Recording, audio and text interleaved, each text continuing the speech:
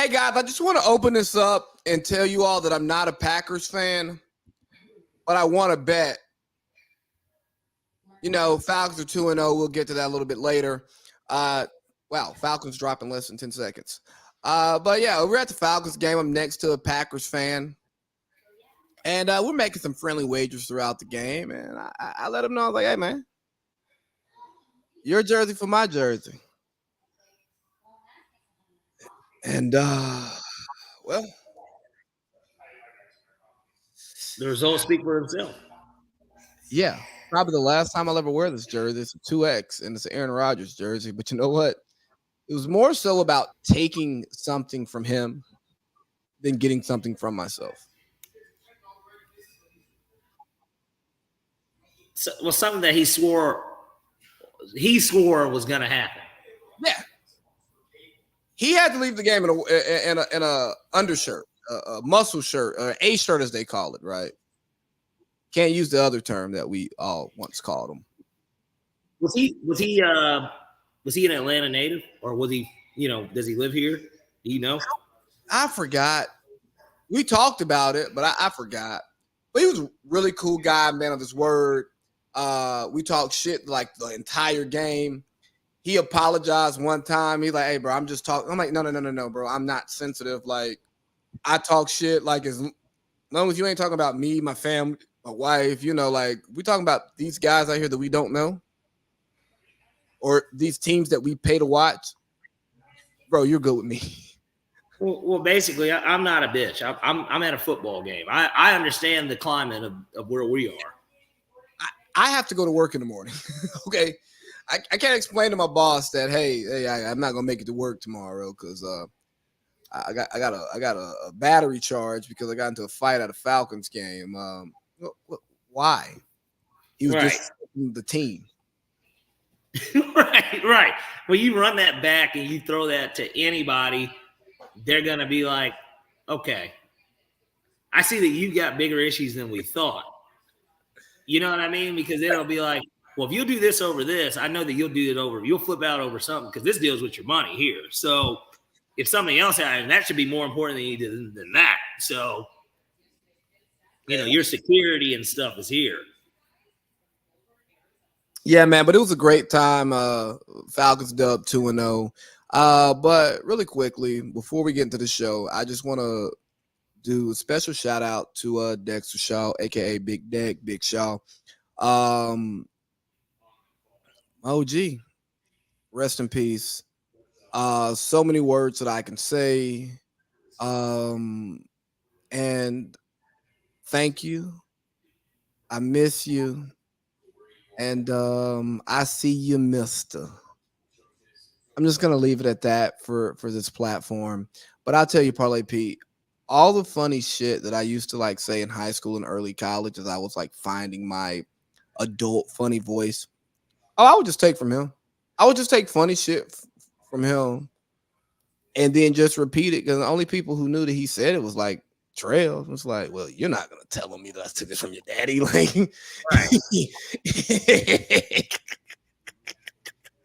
right. He was a funny dude, and obviously, I know we spoke in pre-production about it, so obviously, I know he's gonna be missed by you. So yeah, R.I.P. Oh man, we got so much to talk about, but let's talk about the biggest phenomenon in football. Let's talk about Coach Prime. Like, Roach wine. Some can call it the biggest phenomenon in college football. He is the biggest phenomenon in football. I saw a post today of like all the networks, and it was a guy, it was like Joey Chestnut eating a hot dog. Yeah. Sure, but he's backing it up with the viewership that he's bringing to the games. ESPN just had their highest streamed game, the most watched regular season football game, and it was Pac-12 after dark. Like, it's not prime time. It's not big noon. It was Pac-12 after dark. We are literally sitting in a bar, undisclosed, in Atlanta on my phone. After I have my first cocktail, I say, hey, no, let me keep that glass. So I can prop my phone up on the glass so we can watch the game. Yeah. it was pretty serious. And not only did we start watching the game there, but we ended up being in somewhat of a, I guess, club. It's not really a club. I don't know what to call it. I guess it's a club. Club atmosphere. And we stepped outside and we did the same thing out there. Yeah, It was more entertaining, you know? Yeah, so. We're old men to a degree, right, guys?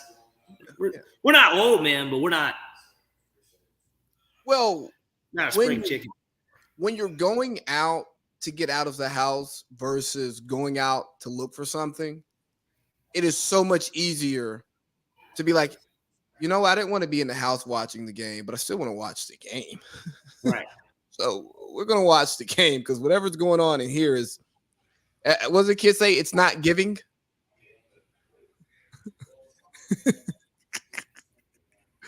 This guy's gambling. But no, so a lot to cover in that game. Kind of to break it off, you know, obviously we talked about Coach Norvell because, you know, he takes his sunglasses off when he talks, but I'm not him. You know, why did he not look black? But then you come to find out he is black. He looked like, you remember he looked white Hispanic. You know that cop that comes on like Fox News? The old black cop? Fox 5? No, like Fox News. Yes, yeah, Geraldo. Yeah, him. I don't know his name, but he's this old black cop when he has like the 4 or 5 stars. Like, I don't know. That's who you remember. No, you're talking about, okay, I know who you're talking about. The dude in Milwaukee. Yes. He looked like him. Where it's like, are you Tony Gonzalez or are you right? That's Joe Brown. Yeah, and it was funny only because at first when you hear that soundbite playback, if you don't see him, you'd be like, man, what is he trying to make a racist kind of thing out of this a little bit? Like, because now you're talking about how he was raised, and it's just, you know, a little weird. But good game. His boys definitely showed up to play. So here's for sure. They showed up. I think he gave Colorado bulletin board material. Yeah. And I think Colorado got so hyped, like, bro, they trash. It's Colorado State, whoop de whoop. And then turned around and gave them bulletin board material because they got the videos coming out with the in unison and all of this stuff, right? You got Kawhi. You got Offset in the student section. You got Big Shot. You got Big Noon Kickoff. You got ESPN Game Day. You have like everybody there. The Rock. Who did the people's elbow? Golly, that shit was terrible. Friday night on SmackDown with Pat McAfee. You got Pat McAfee gifting Coach Prime a belt buckle. Coach Prime giving out sunglasses the first take. Coach Prime on every show ESPN and Fox has to offer. Lil Wayne bringing them out. You got all this stuff going on. It's like, oh, these boys don't respect you. And it turned around that Colorado State came out there with some fire in their ass. And honestly, if they were better coached, they would have won the game because penalties, man. Golly, they just played sloppy ball. Well, they came out there to play. Colorado State, that is, they came out there to play. It wasn't about the hype for them. It was about coming out there to play, and they did, and they looked really good. I mean, honestly, I was surprised for that to have been a 3-win team last year. They didn't look like a 3-win Mountain West team to me. They look like maybe one of the better teams in the Mountain West. And obviously that gives Colorado some credit too because of what we thought of them going into the game, and then of course what Vegas thought was going to happen too. I thought that they looked pretty good though. They looked good. I did.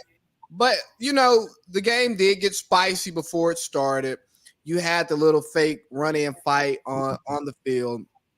Oh, and then there was the super bullshit hit. It was a bullshit hit. I don't care what it is. You have the number 11 hit Travis. What is Travis' last name? I just lost it. Hunter. Travis Hunter. The Travis Hunter hit. He plays a little bit more, but he's out for the next 3 weeks. Arguably the best underclassman best non-draft eligible player in the country. He's out. Dirty hit. I think the kid should have been tossed. I think when you talk about targeting, And I'm not saying this because it's Coach Prime's team. I'm not saying this because the kid got hurt. When you talk about one thing that targeting is also supposed to be about, it's about regulating the game, making it safer so players don't get hurt unnecessarily, but also to keep the game under control. And what we lost there was control under the game, because that was not a bang play. That was an obvious late hit. You were trying to send a message. You know what? 15 years ago, 10 years ago, 20 years ago in football, 30, 40 years ago, that happened. You know what? Took the late hit to set the tone. And right, and I would say this much, because it is a shame that people are sending the kid death threats. But like, I didn't get the thought of, oh, he wanted him to injure him like that. I don't think that was even what it was. It was to set a tone, but it was an obvious dirty play. Like, I'm going to do this on purpose, not necessarily in a malicious hurt you way, but in a malicious, you're going to know that this was a late hit and you're going to feel it hit. And then it just so happened that he punctured a lung or something like that, his liver or some shit. So, it's unfortunate, because if he wasn't playing dirty, it wouldn't have happened.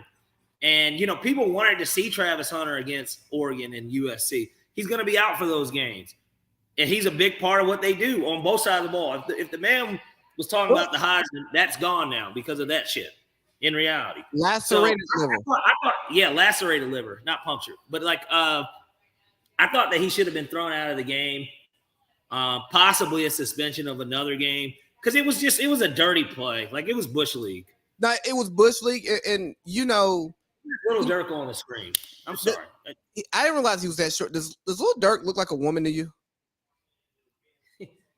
I thought he was a woman at first. Yeah. But here's my issue with it, and the kid not getting he didn't get penalized either, did he? No, they threw the flag. Yeah, but they didn't. Here's my issue with it. When you know what's going on in the media before the game, when you've seen the confrontation at the beginning of the game, when you see a hit like that, you have to toss the kid to bring the game back down. It's like the referee who calls the tech or the double technicals when it's getting too heated. It's not just about the individual action on that person, but it's also about resetting the game to make sure that it doesn't get out of control. Absolutely. And we said that as we were watching the game, literally like they have to get control of this, because now this is about to turn into more than a football game. It's about to turn into something else. And they need to remember that this is a football game. Fuck that it's on TV, but it is on national TV. Everybody is watching. It's the most watched college game in years. That we need to get this under control. And then more importantly, just as a ref, do your job. Your job is to do that. And it's as if I'm all with letting people play. Kids, pros alike. I'm all about that. I would rather them let them play than to be whistle happy. But at the same time, there's certain stuff shouldn't be allowed, and that was one. It's unfortunate. You know who should have been a referee in that game, and I know they would have got it under control. Ed Hockley. No. I'm a cop, and you will respect my authority. You went through Urban there? Eric Cartman would have calmed that game down. But Shedeur Sanders leads a 98-yard drive, and number 11 gets burned on the touchdown play. And they get the 2. They got the 2 in regulation? I'm talking about they need both, if I'm not mistaken. I think they were down 8. They go up. I mean, they tie the game up. We go to overtime, go out there, exchange points. Deion puts the pressure on him. He gets that 2-point conversion, and they win the game. Here's an interesting thing that I think Coach Prime, Deion Sanders, does. The way that he interacts with his kids. Like, he has the power rankings, right? And then he said, Shiloh was like, hey, Dad, who you going who you gonna put out there first? He was like, put the offense out here. Y'all ain't stopped nothing all day. I know what Shador gonna do. He gonna apply pressure. Right. It's like, I can't say you're wrong for treating your kids like that. I've only been a parent for 10 months, and you got grown kids, and 2 of those kids are playing Division I football and earned their right to that. And your kids obviously love you because Shiloh transferred from South Carolina to come join you, and Shador followed you to Jackson State when he could have gone to any school in the country to play football. So you're doing something right. But I just find it, I couldn't imagine parenting like that, like creating competition in the house. Yeah. I don't think I'm good enough and connected enough athletically to make it something that would be worthwhile for their athletic futures. You know, I don't think I'd want to coach my kids, honestly. Like, I'm sure you played with a coach's son. You spoke that earlier. Technically, to that degree. But like, I've got to play with multiple kids whose dad was the coach, and like, sometimes you could feel the favoritism, like you could just tell.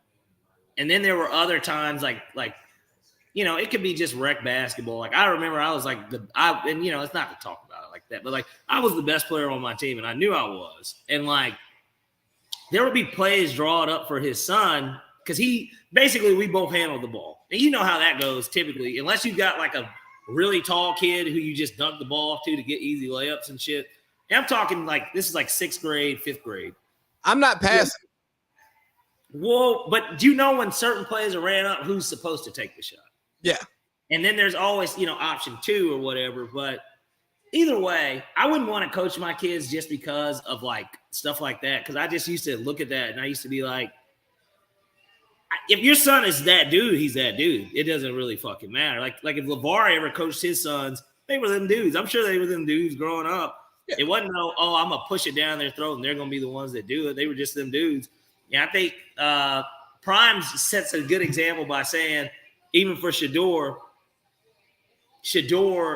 is going to apply pressure. Like, he's hyping his son up, but his son's that dude. And then he's also telling his son the truth too. Y'all not getting it done on that side. So no, we're going to go this way. But that's like one of the things I think as a coach and coaching your kids, you have to like be able to do. I will not be my kid's official coach because I follow sports, I study sports, I've played a lot of sports. I think unlike most parents, especially in rural America, I see sports outside of what's in my hometown and what's in my face. Mm-hmm. I will be involved in my children's sports life. Like, I'm more interested in being your personal coach, the work with you in the yard, farm you out to a friend or a local trainer who I rock with, vet with, who I vetted and think they're good. Sit down, watch film with you, say, hey, work on your left, work on your right. Right. Give the honest fan / commentator type opinion, because it's like, I'm watching the game, I see this. Oh, there was this specific play. Like, and it would be more basketball for me than football, but like being able to point out a certain play and say, do you remember when this happened? And certainly you're hoping that they do, because then that would mean that they're paying attention. They know where they fucked up or like what they did good. Like, you can't just remember every good time, like all the time, especially like, let's just say basketball. Every time you scored, you're like, yeah, I knew I had 18 points and I had like 4 or 5 assists or something like that. No. Let's talk about that bad shot you took from the elbow. That went in. You weren't open, and because you didn't look around, you had a man in the corner and another man cutting, but you decided to force the shot when there's no shot clock. And it went in. Because one thing is, let's talk about the bad decisions that you made, even though they worked. Now, have we practiced that shot? Is that a shot we practice? No. Why the hell are you taking it? Because I know you have a bad shot, quote unquote bad shot, in your bag when you're hooping regularly. Yeah. that you're taking no matter what because it's something you've worked on. It's your comfort shot. The defense doesn't really affect it. Like you make it or you miss it. Like defense isn't affecting the shot. I don't have a problem with those shots. If your coach has a problem with those shots, fuck them. Like we drill this. We drill this, right? But that pull-up three you took on the fast break that you made, and y'all don't need a three right now, and you had a 2-on-1 or you had a layup. Nah, bro. Get the two. But Daddy, I made it. It's a low percentage shot. Now, if it's the trail three, I'm okay with the trail three. But the pull-up, no. Hell no. Nah. But that's when you hit him with the. That's when you hit him with the. You need to quit fucking watching Steph Curry. You're not Steph Curry. Like no. Steph can do that. You're not old enough to have played enough to have put up enough shots in the gym to take that shot. Yeah. Like Steph Curry takes that shot because Steph Curry has been shooting this shot for 20 years. More importantly, Steve Kerr wants him to take that shot. Actually. And his coach on Steph Curry. Hey, you know what? Mark Jackson didn't want him to take that shot, and that's why Mark Jackson never coach in this league again. Right. Hey, one last thing on Colorado, right? And it's more specific to Shedeur. Do you think Shedeur is getting a pass in the media for his extracurricular activities? He's I get it. He's prime son. He got to watch. He's doing the flex. He's on the podcast with Brady talking about the Rolls Royce. And Brady's like, you need to be spending time watching film, not in the car. Tongue in cheek. You got the Bobby Boucher eye gouge thing. You got him in the middle of the controversy before the game. That's not typical quarterback behavior. And I mean, Caleb Williams got scrutinized for painting his fingernails last year. I do think that came from a different place, but nonetheless, he got scrutinized for that. Baker Mayfield got scrutinized for planting the flag when he beat Ohio State. Johnny Manziel got scrutinized for this right here. Jameis Winston got scrutinized for being Jameis. Like all the non-traditional quarterbacks. He deserved a lot of what he got. The funniest Jameis Winston thing ever, bro, was when that nigga came out dressed when he was fuck that. When he came out dressed and was suspended.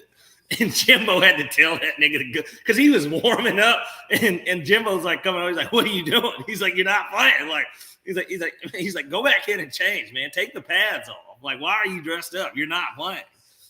That shit was hilarious. But it was. But nonetheless, I'm gonna keep it real. Shedeur is acting like a nigga. A DB. I like it. I don't have a problem with it. I don't think all quarterbacks are as buttoned up on the field as they're made out to be. I just think that's something that we rock with, media narrative. We got Psycho Tom here. Yeah. Like we've seen it. We got Phillip Rivers. Joe Burrow wears glasses like this and chains and shit like to the game. Like that's not Daniel Jones wearing a pair of Dockers. Dockers in a Lacoste. Yeah, Kirk Cousins with a Patagonia pullover and some work boots. Wearing a Minnesota Vikings, hat or whatever. Yeah, quarter zip type shit. Yeah. So I just find it ironic that he's not catching the heat that other quarterbacks have caught for non-quarterbackial behavior. Do you think it's the prime effect? And that's what I was going to say. I think that it's because of Prime. Prime's kind of overshadowing it anyways to begin with. And because he's his son, it's as if, well, look at his dad type shit, if that makes any sense. Like what did you expect? And it's just like, but from the Colorado narrative, from the start of the season, it was, well, nobody believed in us to begin with. So now this is the swagger we play with. And everybody's like, okay, well, they're kind of backing it up. Like Shedeur leads the NCAA in passing. So, I mean, he hasn't done nothing in a sense of, because he ain't won nothing. It's not like he won the Heisman. It's not like he won a national championship. He hadn't done anything. 98 But yards. they're backing it up so far because they're winning the games and he's doing it with style points. So, and like I said, Prime's his dad. And, Prime played – he had a flamboyant,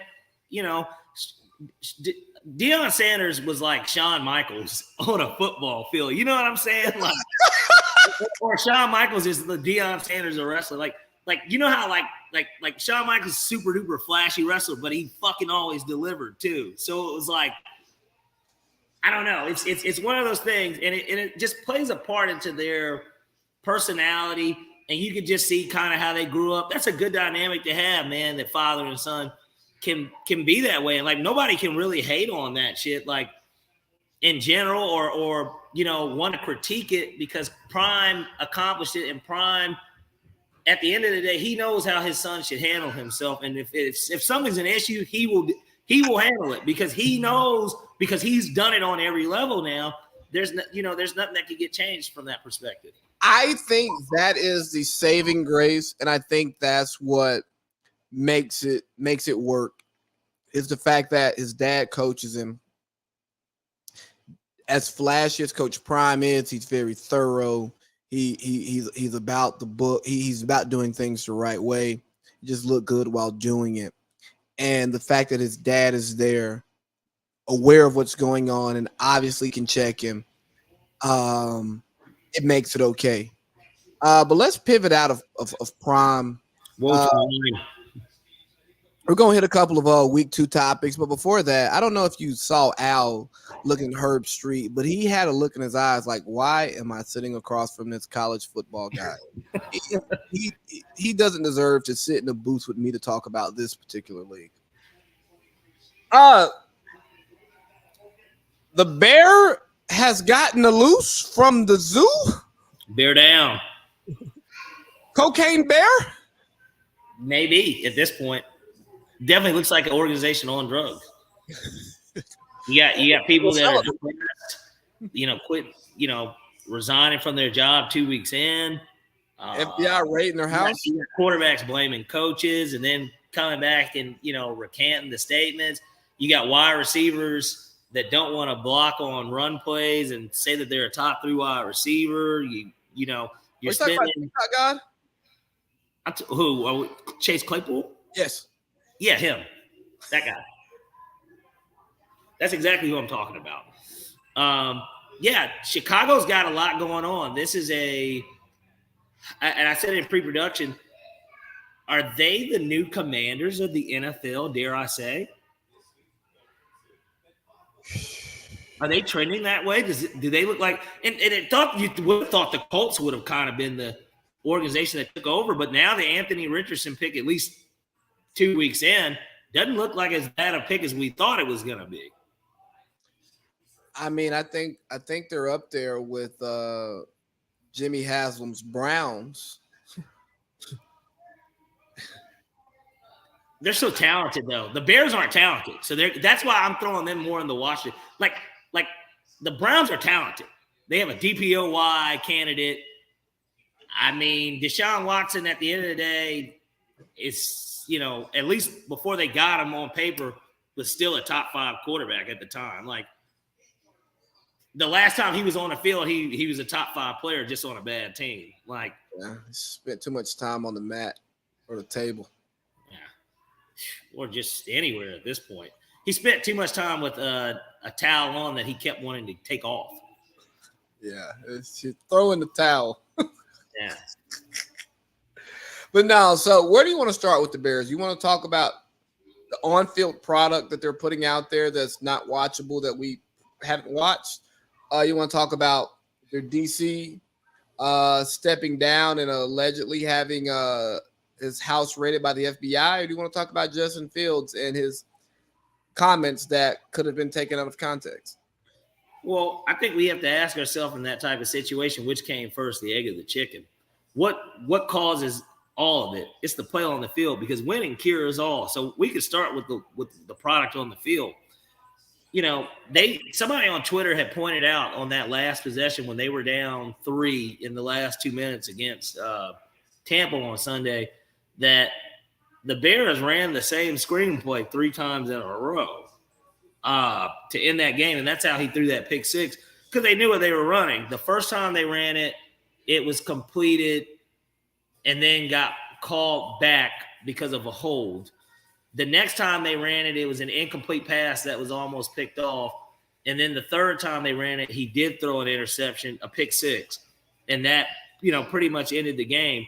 So in that type of situation, could that bleed into coaching? Because certainly Justin Fields isn't calling the plays, right? That would be my thought. My thought would be that he's not the offensive coordinator. Now, he's also the one that makes the read if that is the only play, or is the offensive coordinator doing it because he just has such a lack of trust in his arm throwing the ball down the field. But at the same time, it's a 3-point game, and you've got a chance, and you've already ran it 2 times in a row, so why are you running it a third time? I guess it's, you got your play sheet, but then you got your plays that you're most comfortable with. Maybe they're only comfortable running screens with Justin Fields because he hasn't proven the ability to throw the ball consistently anywhere else on the field.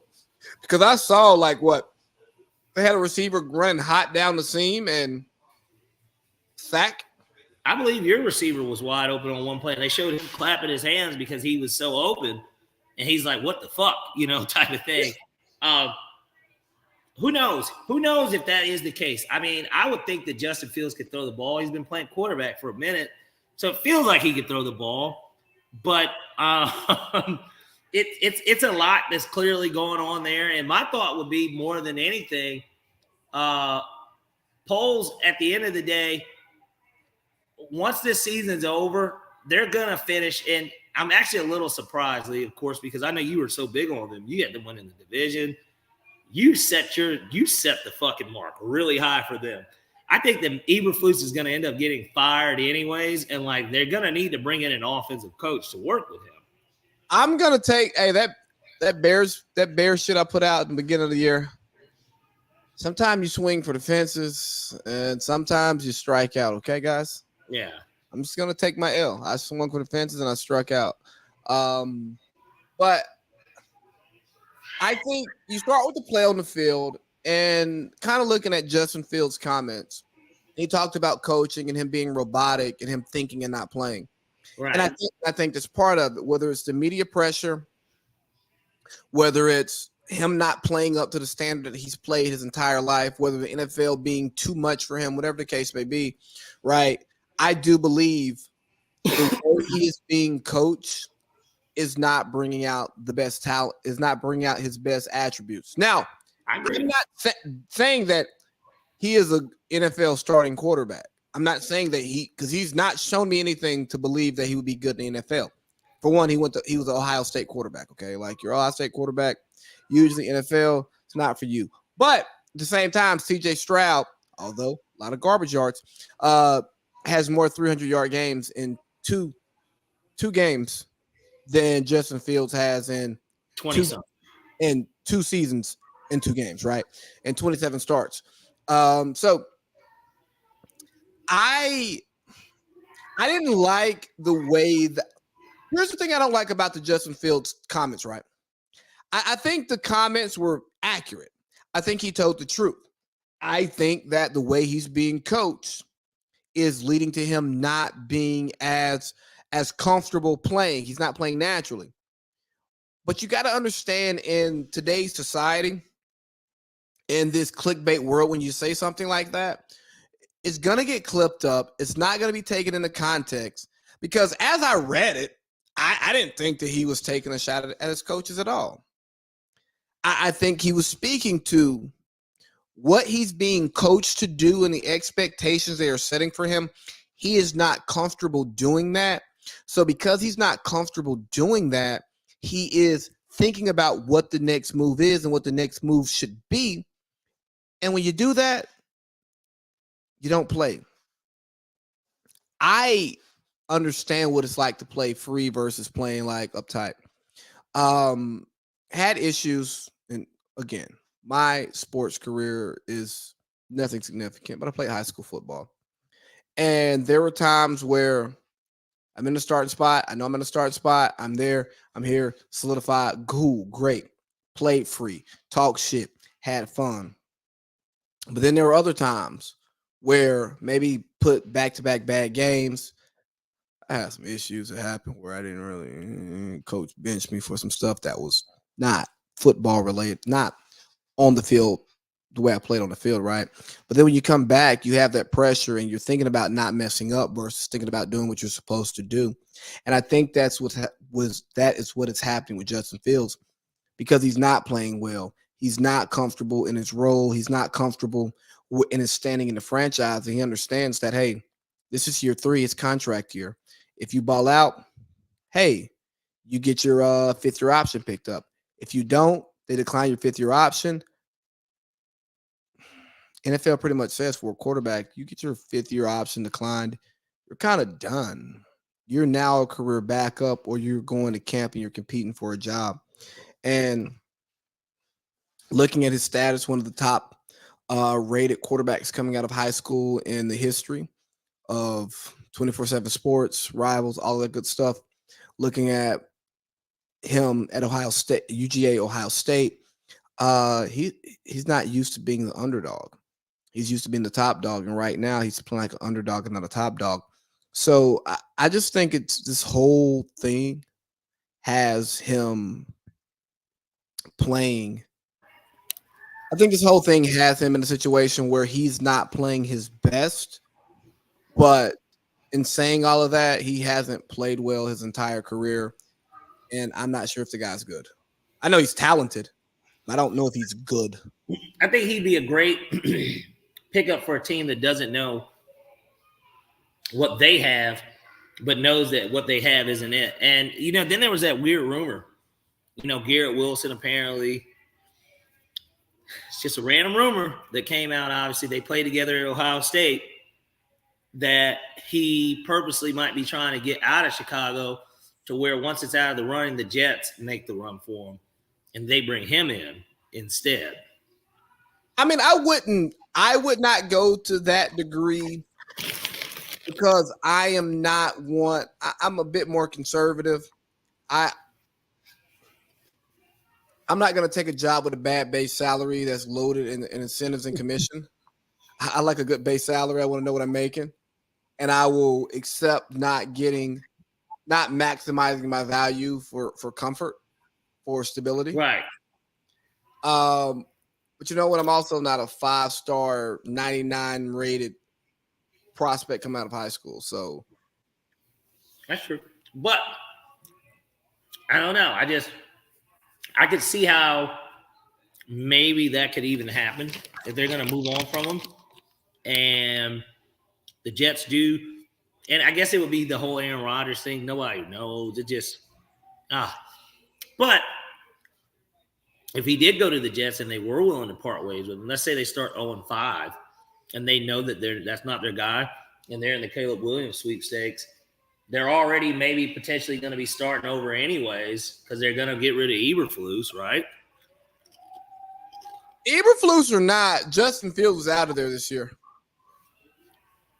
I think his comments doesn't sit right with ownership, doesn't sit right with polls, obviously doesn't sit right with Eberflus and Luke Getsy. I think you got to get him out of there because, and what I said while you were gone is, I don't think he was shitting on his coaches at all. Like, but I think the way that it's clipped up is, you have to be smarter with the words you put together so that this clip can't exist. And that sounds crazy.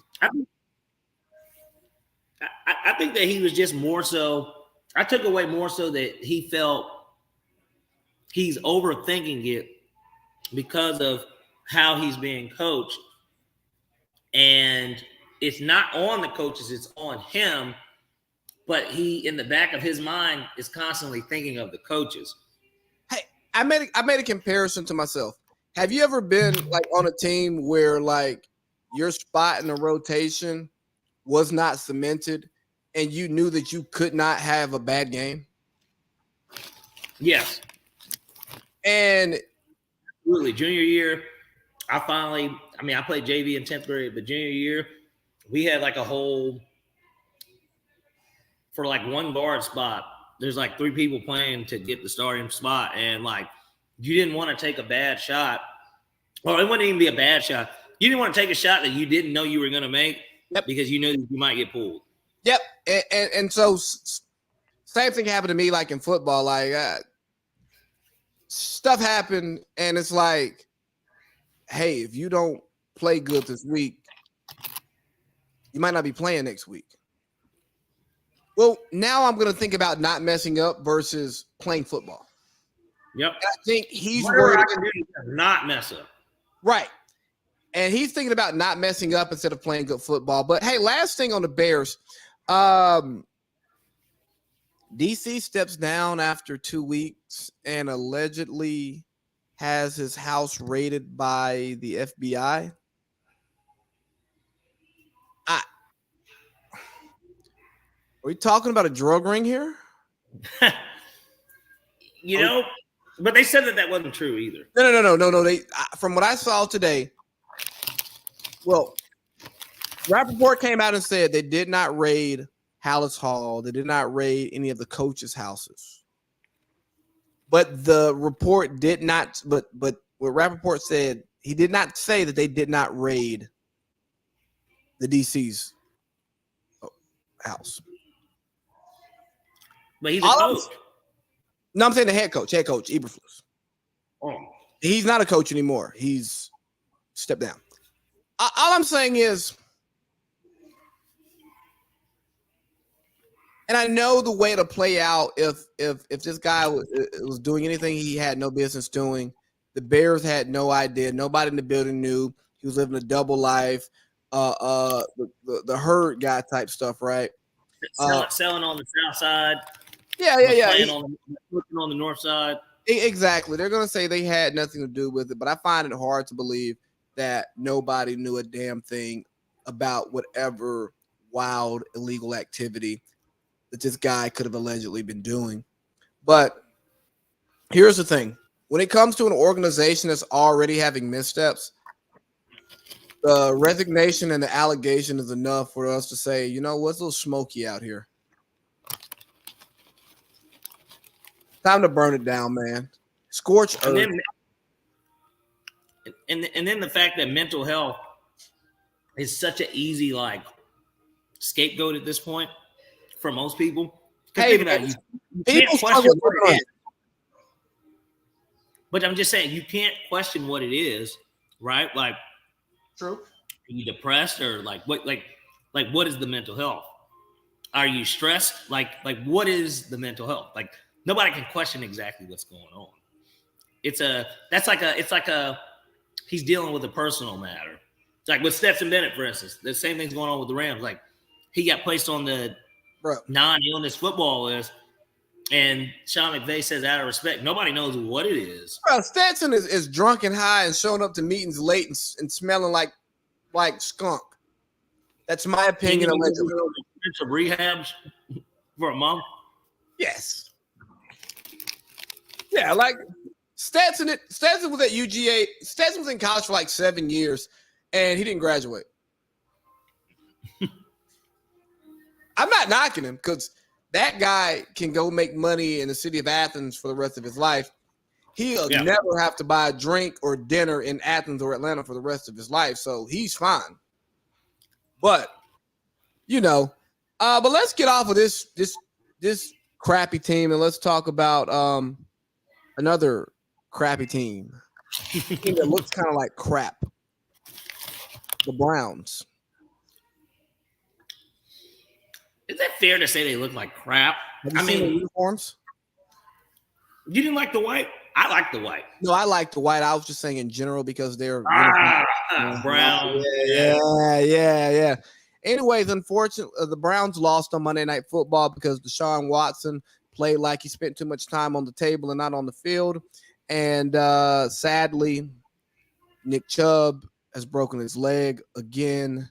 Gruesome injury. He's out for the season. Some are asking, is he done for his career? I think not. That man is strong as an ox, and the determination that you have to build up the strength that he has is the same type of determination I think you have to come back from this injury. He's come back from one before. I don't know what it will do to his psyche, but he's obviously shown that he can battle back and he has what it takes to battle back. So the Browns lose, Chubb's hurt, and Minka's getting – people are talking about Minka's a dirty player for a high lowing. All of this nonsense. Bro, that's bullshit. It's football. Injuries happen. Now, we don't want players to get hurt. We hate to see it. We especially hate to see stars get hurt. I think we hate the contact injuries more than the non-contact injuries because the non-contact, you can blame the grass. You can be like, he just stepped wrong. But the contact injuries is like, we can now point at somebody for being the reason it just happened. But, man, it's football. And there's nothing to do about that. Nothing at all. And I'm sure Minka reached out to his fellow SEC and AFC North brother, Nick Chubb. Prayers up.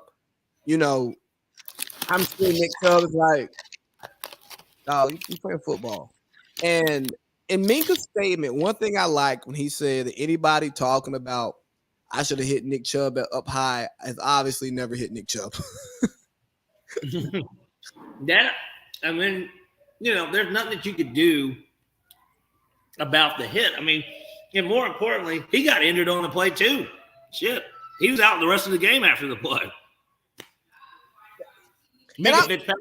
Obviously his injury wasn't the same, but still, he was shaken up after the play. It's just a high impact collision type fucking play. It's unfortunate. Let me tell you a funny story from high school, right? I was about 150, 155 tops. Probably could have been 145 by mid-season because I wasn't really lifting weights. Playing against a fullback. He's like 215, 220. I run about 4'6". He runs like 4'6". We meet in the open field, and I try to hit him up high. Did I make a tackle? Nope. You know why? Why? Law of momentum. If we're moving about the same speed and he's much larger than I am, my impact is not going to affect him in the same way. So what do? You have to utilize leverage. So with Minkah Fitzpatrick being obviously smaller than Nick Chubb, he has to utilize leverage. So that's what makes you have to go low instead of trying to hit him up high. Because bro, you don't want to meet him at his level. So these are the people who don't really like football. These are the people who want to hate football. Even the football players who do it, I think y'all are full of shit and y'all are doing it for TV and Twitter likes and all of that stuff because you can get paid from it. But dog, it is a contact sport. And you hit something enough times, it's going to break. What Shannon Sharp said this on the podcast with Ocho. He said, my grandpa told me you can. He said you can move anything if you break it down enough, right? Like, so, dog, the play wasn't dirty. He's trying to stop a touchdown. We're in the low red. Sometimes you got to hit somebody low. You got to get underneath them. And that's all that happened. And unfortunately, he got hurt. You know what? Sometimes there are car accidents that happen on the road. Both drivers are sober, but you know what? It's raining outside. When I go to go on my brakes, I may have been going a little bit faster than I should have, but I go on my brakes, I slide a little bit, and guess what? I hit the guy in front of me. I wasn't being malicious. I was trying to do what I was supposed to do. He was trying to do what he was supposed to do. And sometimes people get hurt in those car accidents, right? No. Accidents happen in certain situations. And I think that's the same thing that happened here in this Monday night game. But hey, let's talk about this Browns quarterback who. You mean who cost me fantasy football this week because I lost by 0.15 points to Eric Boyd? That guy? Mr. Two-Face Mask, fumble. Three turnovers, 2 leading for touchdowns directly. And I know the pick six was a drop pass, but that was a poorly placed ball. should have been called, but it was a poorly placed ball. And it seemed like he was just out of sync. I mean, outside of Coop, mainly, Coop's about the only one. They definitely stopped them here, by the way, on that third down. But then again, what am I talking about? I'm just the guy that's got the betting. But it was definitely not the best placed ball. It just seemed like he was out of sync with them guys. And he was getting hit. Like, let's not forget, he did go against a good defense. Yes, he did. But when you're getting 40 million guaranteed, 245, something like that. 39. When you're getting that, and Nick Chubb wasn't out when he threw that pick six, but for the remainder of the game, when you're getting paid that type of money, man, you got to put the team on your back. And it felt like he wasn't running the ball. It was just super duper lackluster. I cannot believe this. So, question for you. We talked about Justin Fields and coaching. Do you think Deshaun's in the wrong scheme? Because, back in Houston, when he had Nuke Hopkins, when he had Will Fuller, they kind of just got in shotgun and let him throw the ball. Yeah. Whereas here, Stefanski, he comes from that Shanahan tree. They had Nick Chubb. It's run, play action. And for somebody who's been out of football for almost 2 complete seasons, do you think that him adjusting to a new scheme is something that we are overlooking with his poor play? No, because he kind of got his – now, let's not forget, he got to play in preseason last year and did get to do training camp. He just didn't play in the games, week 1 through 11. But at the end of the day, he still was there that entire time. They still had a full off season. He still had a full preseason this year. These are things that you think will be changed, because it's not like the Browns have changed much. They haven't changed, coordinators. They haven't changed head coaches. Nothing about the offense has really changed. Amari Cooper is still the number one. He was their number one last year. David Njoku's still the type. Like, a lot of that team is still intact. So it just is a little shocking that he looked so out of sync more than anything. They, from my understanding, the Browns don't have a bad offensive line. So it's like, bro, you got to make some plays. And he just wasn't running the ball effectively. He didn't throw it effectively. And at the end of the day, he ultimately was the one that was turning the ball over, holding it like a loaf of bread, getting that fumble 6 return. 49ers are fucking killing me, man. So do you think Deshaun's done? Do you think Deshaun gets another legitimate contract after this one? Legitimate, like the same one that he got now? No. I don't mean the same one, but like, yeah, but like $100 million type, like he's gonna make whatever the league standard is type thing. Starter money, even if it's Tannehill level starter money. I don't know. I don't think he looked good. I mean, I think that we'll get to see a get-right game maybe against Tennessee this week, but, like, it's too early for me to answer that in reality. Yeah, I know. We're doing a podcast. So far, so good. So far, no, based on the way he's playing now. He looks like Russell Wilson. He does. Speaking of which, Russ is 0-2.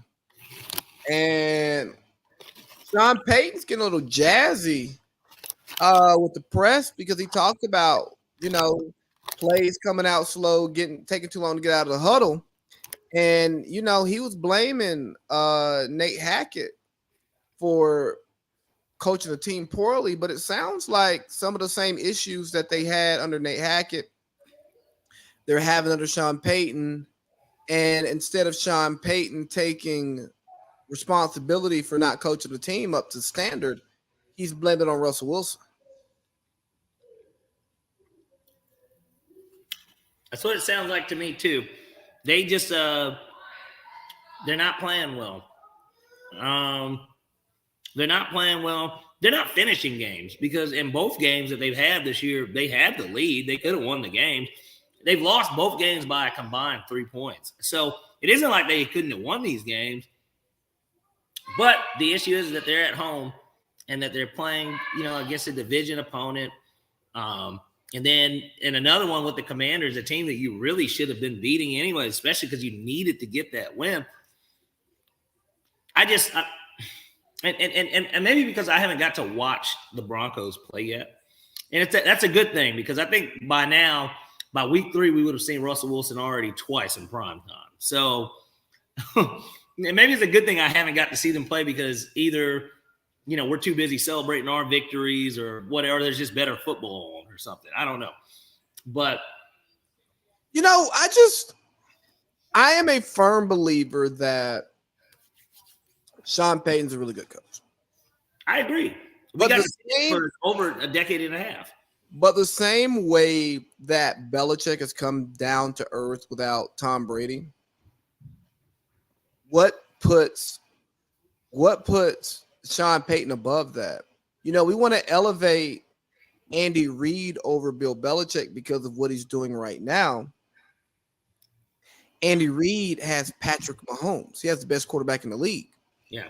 So Andy Reid is great, but his greatness is amplified by a signal caller. Yeah. And we see Mike Tomlin, their defense is still great, but they haven't won a legitimate playoff game in fucking years. Hell, since the Falcons. No. They didn't. Yeah, they did. That was the last year. 2016 was their last year winning a playoff game. I was about to say, because I was trying to think, I was like, hold on a second.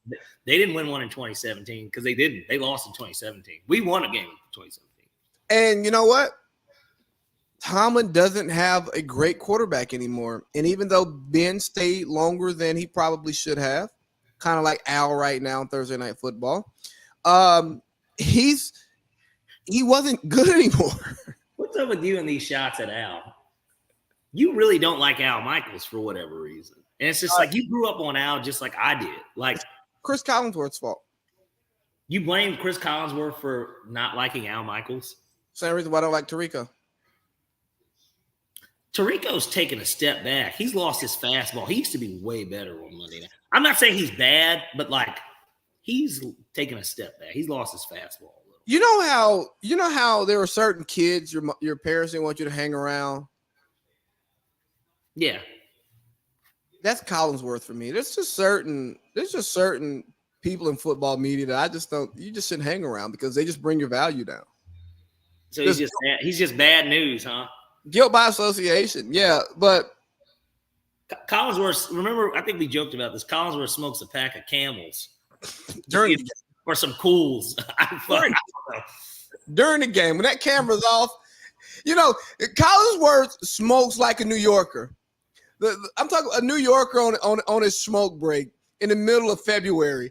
He sucks that thing down like in 10 seconds. Yeah. Well, and then does he? But wait, you got to remember he's got to do one of those flicks too. He doesn't. Because he smoked it down. He's not like ashing it out and then throwing it. No, he's flicking it. He just flicks it. He's flicking into the crowd, right? Like he has that front window open. He's just flicking into the crowd. But they're 0-2.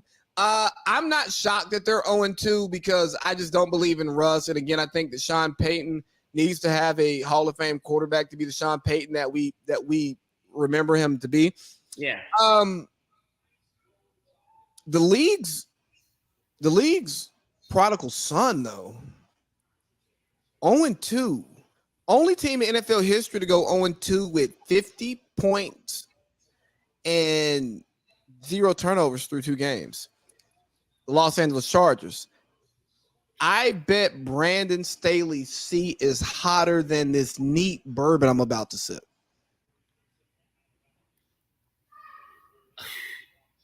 It probably burnt. I tell you what, it's burning more than my tongue from this bourbon. How about that? This is what I'll say about that. It comes as no surprise. We talked about this. I mean, it does, I guess, to some degree, but it doesn't. And so we talked about this in our preview show. I know that you were big on them. You had them in the playoffs. They were one of the teams I had out from that was because like we said, there's going to be 3 that are in, 3 out. I figured that this was coming. That's why I said, well, ESPN is sucking up prime. I could see the Chargers absolutely trying to make a run at it. And then, of course, if not him, Jim Harbaugh, naturally, right? I think Jim has been on suspension watching Chargers film more than he's watching Michigan film. Well, because there was nothing to watch with the Michigan games. What was there to watch? He's going to watch them against Eastern Carolina. Get the fuck out of here. Hey, on Saturday, before the NFL season, that first game of the year, he was watching Ohio State play Indiana. He was like, man, let me beat them one last time before I get out of here. You know, and then from then on forth, yeah, he was probably tuning into a ton of Chargers football because that is going to be the first job that opens up. He got really snippy with the media too, because they brought up the Jaguars thing and they said, are your guys still thinking about the Jaguars? Like, which is a kind of an odd question to ask somebody because it's just like, no, we're not thinking about a playoff loss from last season. But then again, it does happen. Some people thought that the Falcons continued to think about the Super Bowl, even though we won a playoff game and had a very good chance of where Julio dropped away from Nick Foles never having a statue, like that or fucking, I don't know, Keanu Neal's knee punting a ball directly into a receiver's hands for them to get a first down and have a chance to kick a field goal before the half ends. I mean, there were so many funny things that happened in that game that we would have been back in the Super Bowl. It would have been a rematch. Bro, and not to keep going here, but it really shows you how little these voices watch games. As people, hey, guys, we've not watched as many games as we normally would have to this point because the Falcons have played back-to-back home games to start the season. So, yeah, we're talking about some highlights and some stats here, but guess what? So does Skip Bayless and Stephen A. I promise you. The niggas ain't watching all the games. But the point being is, like, it's the playoffs. You shouldn't miss a game.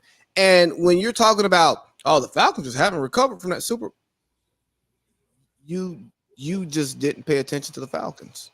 You didn't realize that the team ultimately was getting ready. They were already kind of in a cap hill to begin with. Like they had paid Alex Mack, of course, which was, you know, very important to their success. Every deal was right except for Julio's. Right. You had to pay Matt again. Matt was going to get he won the MVP and you just went to Super Bowl. You had to extend him with 1 year. He had to get his extension. Well, that and then the Freeman deal. They had no business. They paid Freeman after. Remember, because that was what was being talked about at the Super Bowl. Literally, like Uncle Luke and then we're talking about that shit. They were like, yeah, Devontae Freeman wants a new contract. Like he said he wants it now type shit.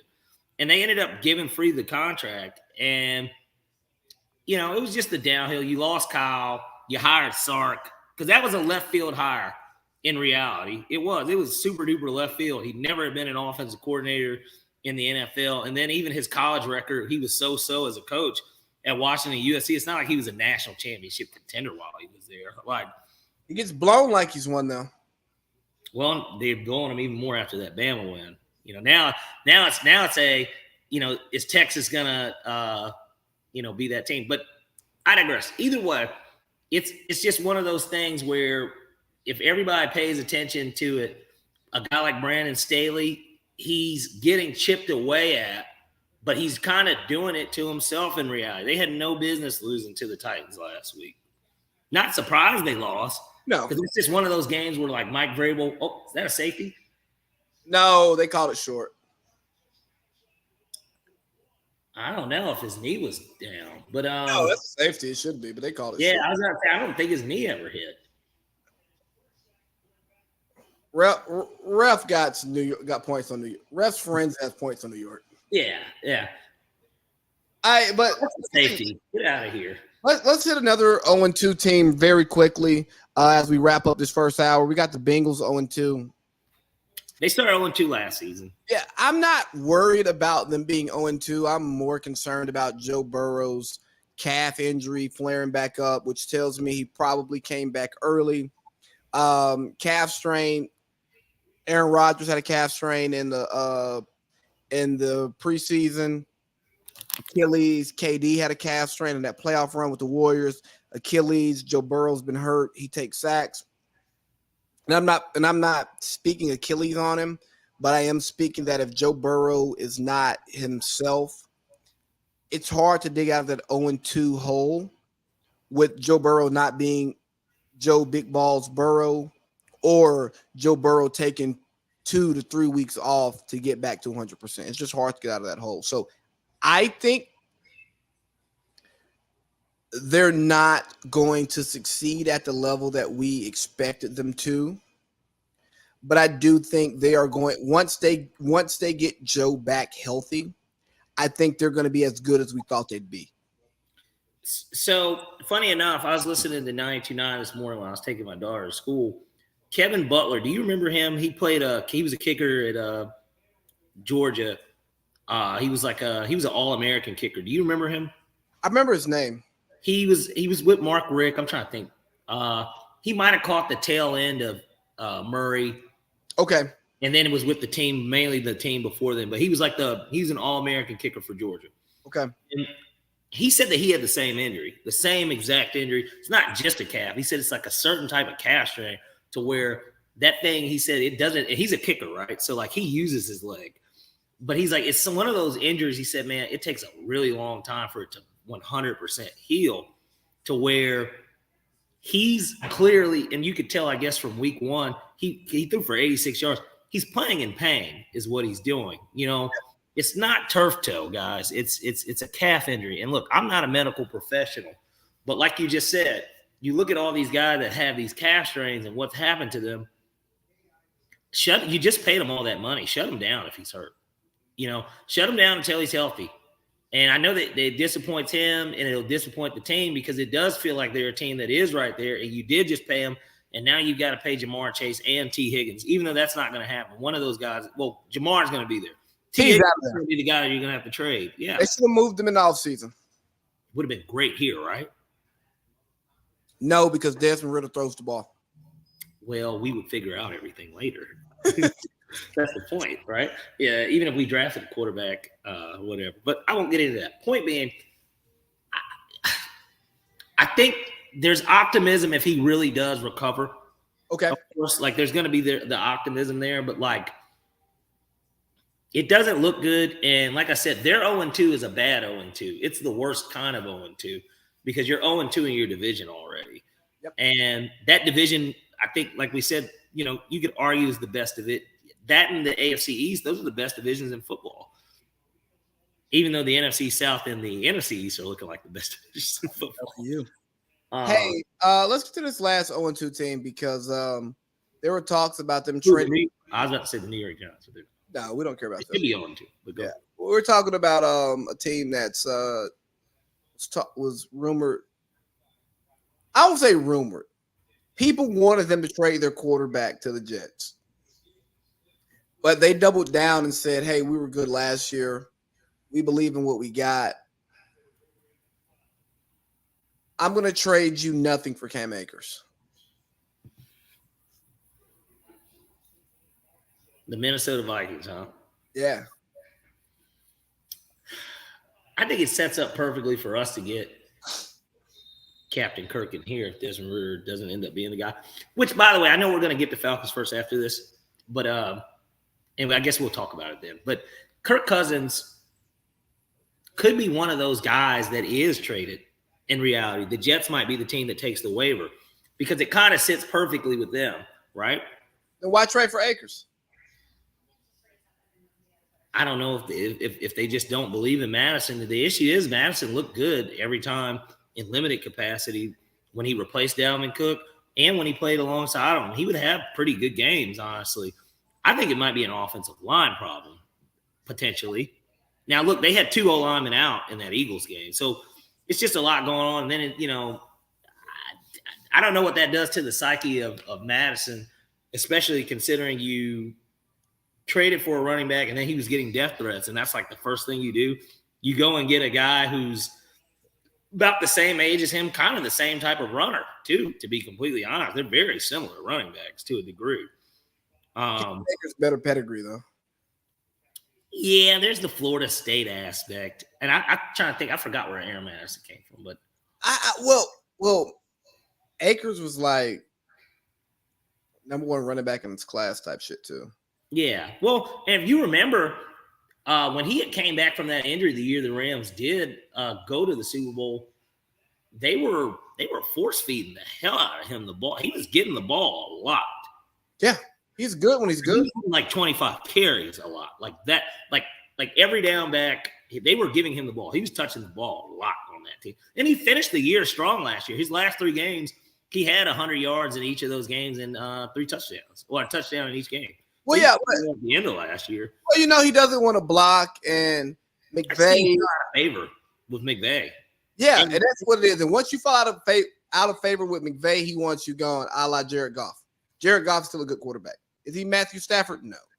He's a good quarterback. Yeah.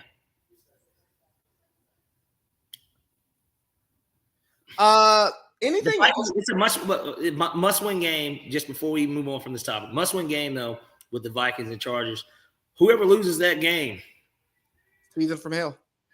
Well, whose seat's going to get hotter? Because I think we can all agree that Kirk's going to be gone.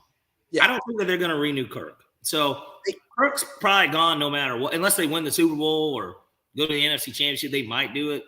So they got to play Justin Jefferson. They're not going to pay them both. So the thing about Kirk is they can't franchise him, if my research serves me correctly. No, that's correct. He's been franchised twice. So now his franchise tag, no team, he will never get franchise tagged ever again. And he's still going to be a free agent no matter what. So even if they win a Super Bowl and want to bring him back, he might get a better offer elsewhere. Yeah, he's a true baseball free agent at this point. Bro, Kirk Cousins has worked he has worked it better than anybody in NFL history. Let me tell you what. Because he bet on himself. He bet on himself. He didn't take stability, and he just keeps getting paid. And he was even smarter with Minnesota. He signed a 3-year, it was like a 3-year guarantee. And then once it got to that last year, they extended him to give him a little bump and a raise. And now he's in that last year of that deal, of that extension. And then it helps even more, like we talked about with the quarterbacks, the show. It helps even more. Now he's an even more likable guy from the outside looking in, from any NFL fan or franchise or just anyone that didn't really know Kirk Cousins. You like him a lot more because of that. If you watched it, you like him more. He actually is a likable quarterback. And then when you look at his numbers, you're like, damn, this isn't really his fault. Is it really his fault?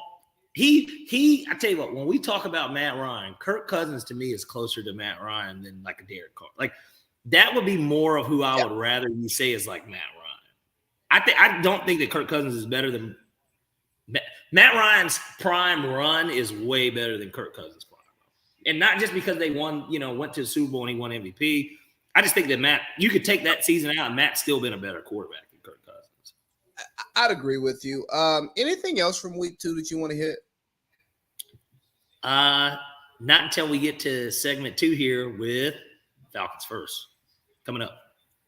Hey, that's hour 1. We talked a lot of Coach Prime. We talked about the burning down of the Bears. We talked about Nick Chubb, Russ, injuries, all the 0-2 teams that people expected to be good. I'm eating some crow on some of that, but you know what it's time for. We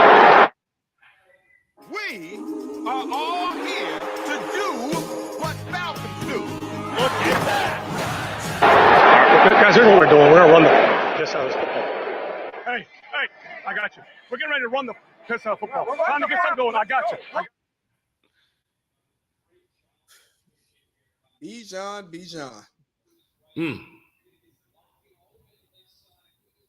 I don't know if he's ventured to Magic yet, but he would definitely get the Magic treatment for his Magic stick anytime he goes in there.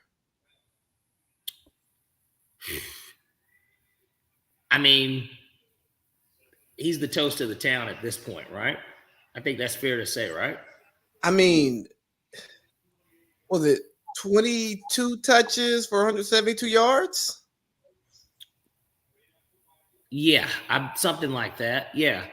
Let's not forget 2 huge 4th down conversions. I mean, oh God, Arthur with the big nuts. And let me tell you what, because we're going to be all over the place with this because we've been at both games.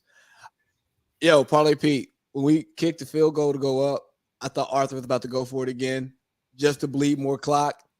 It just didn't make sense, though. It didn't, But if Because if we could stop, the game was over. and, I think we had one time. We didn't have all 3 timeouts. So, and I'm sitting there, I'm like, yo, Arthur Smith, you coach like your dad's a billionaire. In the sense of, and I've had conversations with people who I do what I want. We're gonna fucking sue you if you do something like. But yes, but I've had conversations with people. I've had conversations with people who've been involved in coaching. I've had conversations with people in other industries where you kind of are there and you don't leave it. And a lot of these coaches, they coach not to get fired because football is all they know. And once you get that OC job, you're coaching to be a head coach. Once you get that head coaching job, you're coaching to be a head coach and not have to go back to being an OC. And Arthur's out there like, I'm trying to win. Like fuck everything else. I'm trying to win. Like if this gets me fired, hey, we straight. We good. And dog, what, fourth quarter, 3 scoring drives?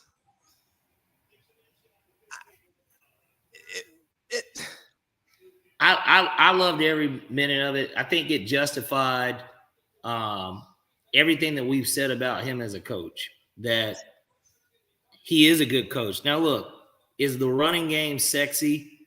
No. It is with Bijan. Well, yeah, because of how he is as a player. But even last year, we saw that it worked. We knew it worked. But I'm just saying, is grounding and pounding the ball, is it sexy? No, it's not sexy. But goddamn it, boy. Do they know how to run that goddamn football? Does he know when the time is right to go for it? These were all convincing things. And like I said, everybody's got to look at it this way. Green Bay is not a bad football team. Now, like I said, I have them as a playoff team this year. But, like, that was not a bad football team we played. That was a good football team. Hey, Parlay P, I got a question for you. A well-coached team at that. Got a question for you. I've got an answer for you. Because I think the Falcons play with substance, right? You have some sexy in there. It looks good at times. It is, but it gets the job done. And so far this year, the fans leave the game happy. Yeah. When it comes to, because we're devoted fans, right? Mm-hmm. We season ticket holders. We're a segment every week. Yeah. Even during non-football season. Yeah, we love the Falcons. We're devoted. Now you're looking for a partner. You're looking for somebody to be with in public and not just at night, you know. Mm-hmm. Are you looking for just sexy, or are you looking for getting the job done? Like getting the job done day in and day out. I want some sexy here every now and then, right? And the amount of sexy you want, it can vary. But you want somebody who gets the job done consistently. And the Falcons' run game is a good fucking wife. It gets the job done. Is it going to be sexy every time? No. Does it have flashes of sexy? You're fucking right. But do I leave happy more days than I don't because I see what we're going for, I see what we're trying to do, and I see it working? Bet your fucking bottom dollar. Yeah, it's what we need as a franchise, because we've been so used to the finesse, I remember there was the one game Matt threw for 500 and Julio went for 300. And it's like, everybody's dick's hard, right? Like we're really excited about that because it's just like these guys just did history. We just watched history on this field, Pro Bowlers, everything looks good. But our end result a lot of the time wasn't what it is, that it wasn't what we wanted. It's hard to blow leads when you can just Guys, here's what we're doing. We're going to run the piss out of this football. When you can run the piss out of the football the way the Falcons do, when everybody knows you're about to run the piss out of the football, and you can still run the piss out of the football and get 7 yards, 8 yards, 12 yards. Nobody's going to be upset with that. And I think it's even better because this week we're headed to a place like Detroit where there's a pretty good defense that we're going up against, right? A lot of hype. They're coming off a disappointing loss, a game that they probably shouldn't have lost. I want to see this stuff happen on the road now because now we've gotten our 2 home games. We did what, in theory, what we expected us to do. We expected us to win our home games, these first 2 games. We expected to win these games. Can we put it together on the road? Because it can get so fucking crazy really quickly if they go in there and win this game. And I fully expect us to go in there and do it. I wouldn't be surprised if we lost, but I fully expect us, honestly, to win that game. They're down David Montgomery. They're down C.J. Gardner-Johnson. They're down another defensive lineman who's a starter. They've got some problems on the offensive line this week, too. There's a bunch of guys that are banged up on that offensive line. If we can go in there and out-physical them and go to 3-0 headed to London, look out. Because the Jaguars, although I think certainly the best team in the AFC South and a, good football team for all intents and purposes, I think they're a good football team. That game is on a neutral field. There is no home field advantage. So then it really just comes down to who's the better team. I'm not saying we win. We'll see what happens. But then after that, you come home. You get the Houston Texans at home. You get the Commanders at home. This is what your schedule looks like moving forward. You go to Tampa. Shit is all I'm saying. Hey, man, and you can really start making some noise. And if Desmond Ridder can do – let me tell you, this is what I'll say about Desmond Ridder. He progressively got better in that game. Yeah. I thought that the further the game went on, he got better. And crazy enough, Jordan Love went the opposite way because Jordan Love started off very well. He got worse. He started not making the passes. He had the false start where he looked drunk at the line of scrimmage. Desmond Ridder had a big pickup too. He had a big pickup. It was like I don't remember if it was a 4th down or a 3rd down, but it was a huge conversion where he contorted his body to get it. Then of course he had the touchdown run too of the same. He played. That was the best game he's played, I think, since he started. That was by far his best game, even though he had the turnover. His first, everybody kept trying to fucking talk about. That's why I was so happy he threw it. I was just like, great. Now I don't have to see that graphic anymore. Like of him just not throwing any interceptions. Fuck his interceptions. Like, fuck them interceptions. Like, yeah. I like the direction that the team is headed in, and I hope that they keep it up, man. I really do, because they could really have something good going here. And we can be a year ahead of schedule. I'm not saying we're winning the Super Bowl or going to the Super Bowl, but I would be very pleased if our team hosted a home playoff game. We won that said home playoff game. Basically, if we did exactly what the Jaguars did last season. Yeah. We go to Dallas, San Francisco, Philly, whoever, and we give them a hell of a game to where people are talking about it. And then next year we're back, whether that be with Desmond Ridder or we're able to somehow upgrade at quarterback. I think that if Desmond Ridder plays well enough to where we get to that point, he will more than likely be the guy. But even if he's not, then we're not going to draft a quarterback. It would be us getting a Kirk Cousins of some sort. Hey, how enthused were you to see a good showing from the Falcon faithful on Sunday? It was pretty good. There wasn't that many Green Bay fans. It wasn't as many as it normally would be for something like that. Green Bay travels well. For those of you who don't really understand, like, fan bases that travel, Green Bay travels really well. I know you weren't in your seats; you were in the club. But we have to walk down. We still walk. Yeah, down. yeah, I know, but both of us, we have seats on the visitor side. Correct. So there was a lot of Falcons fans there. There were a lot of Falcons fans there in our section, and I know that, like, my regular season ticket holders didn't sell their tickets this week. Right. And typically that's a game where you'll let your ticket go because you'll make good money on those tickets because those fans travel. So it was nice to see good showing by the Falcons faithful. Like I said, we won the game. Jesse Bates is earning his check right now. PFF has him graded as the second highest defensive player so far this year.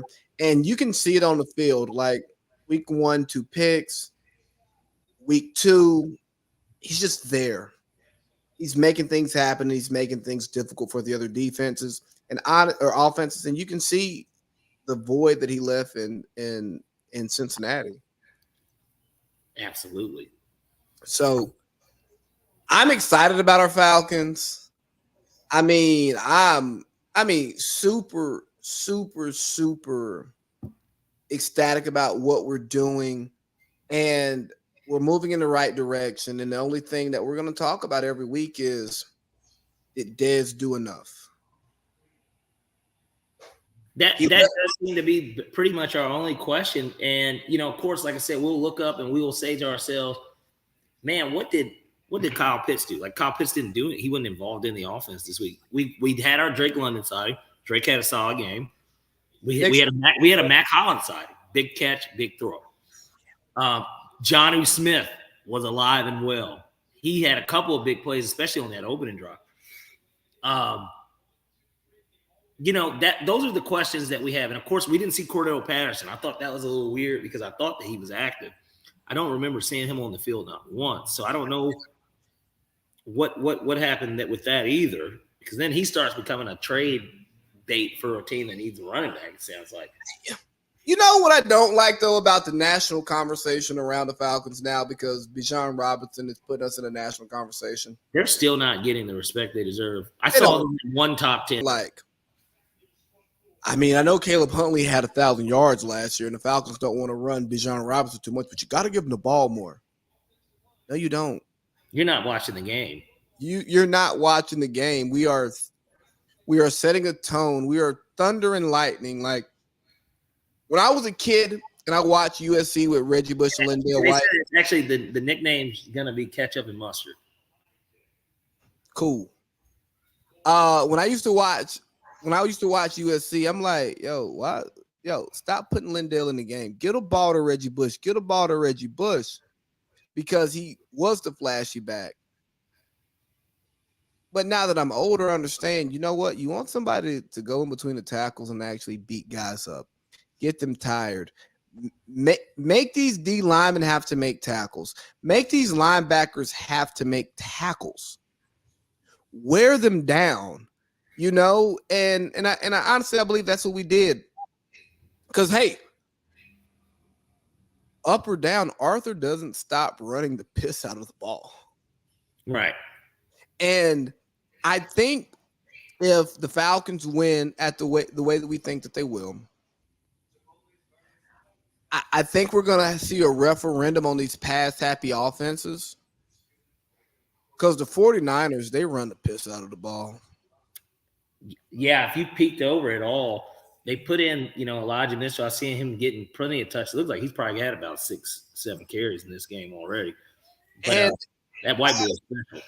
And as the league is becoming so pass-friendly, and you got to get faster linebackers who are lighter in the ass, the run game works more. When you got these linebackers who are 225, 215, and they're meeting a fullback, they don't get off the block the same way the 250-pound linebacker did back in the day. Yeah. And circle of life, man. This shit goes in circles.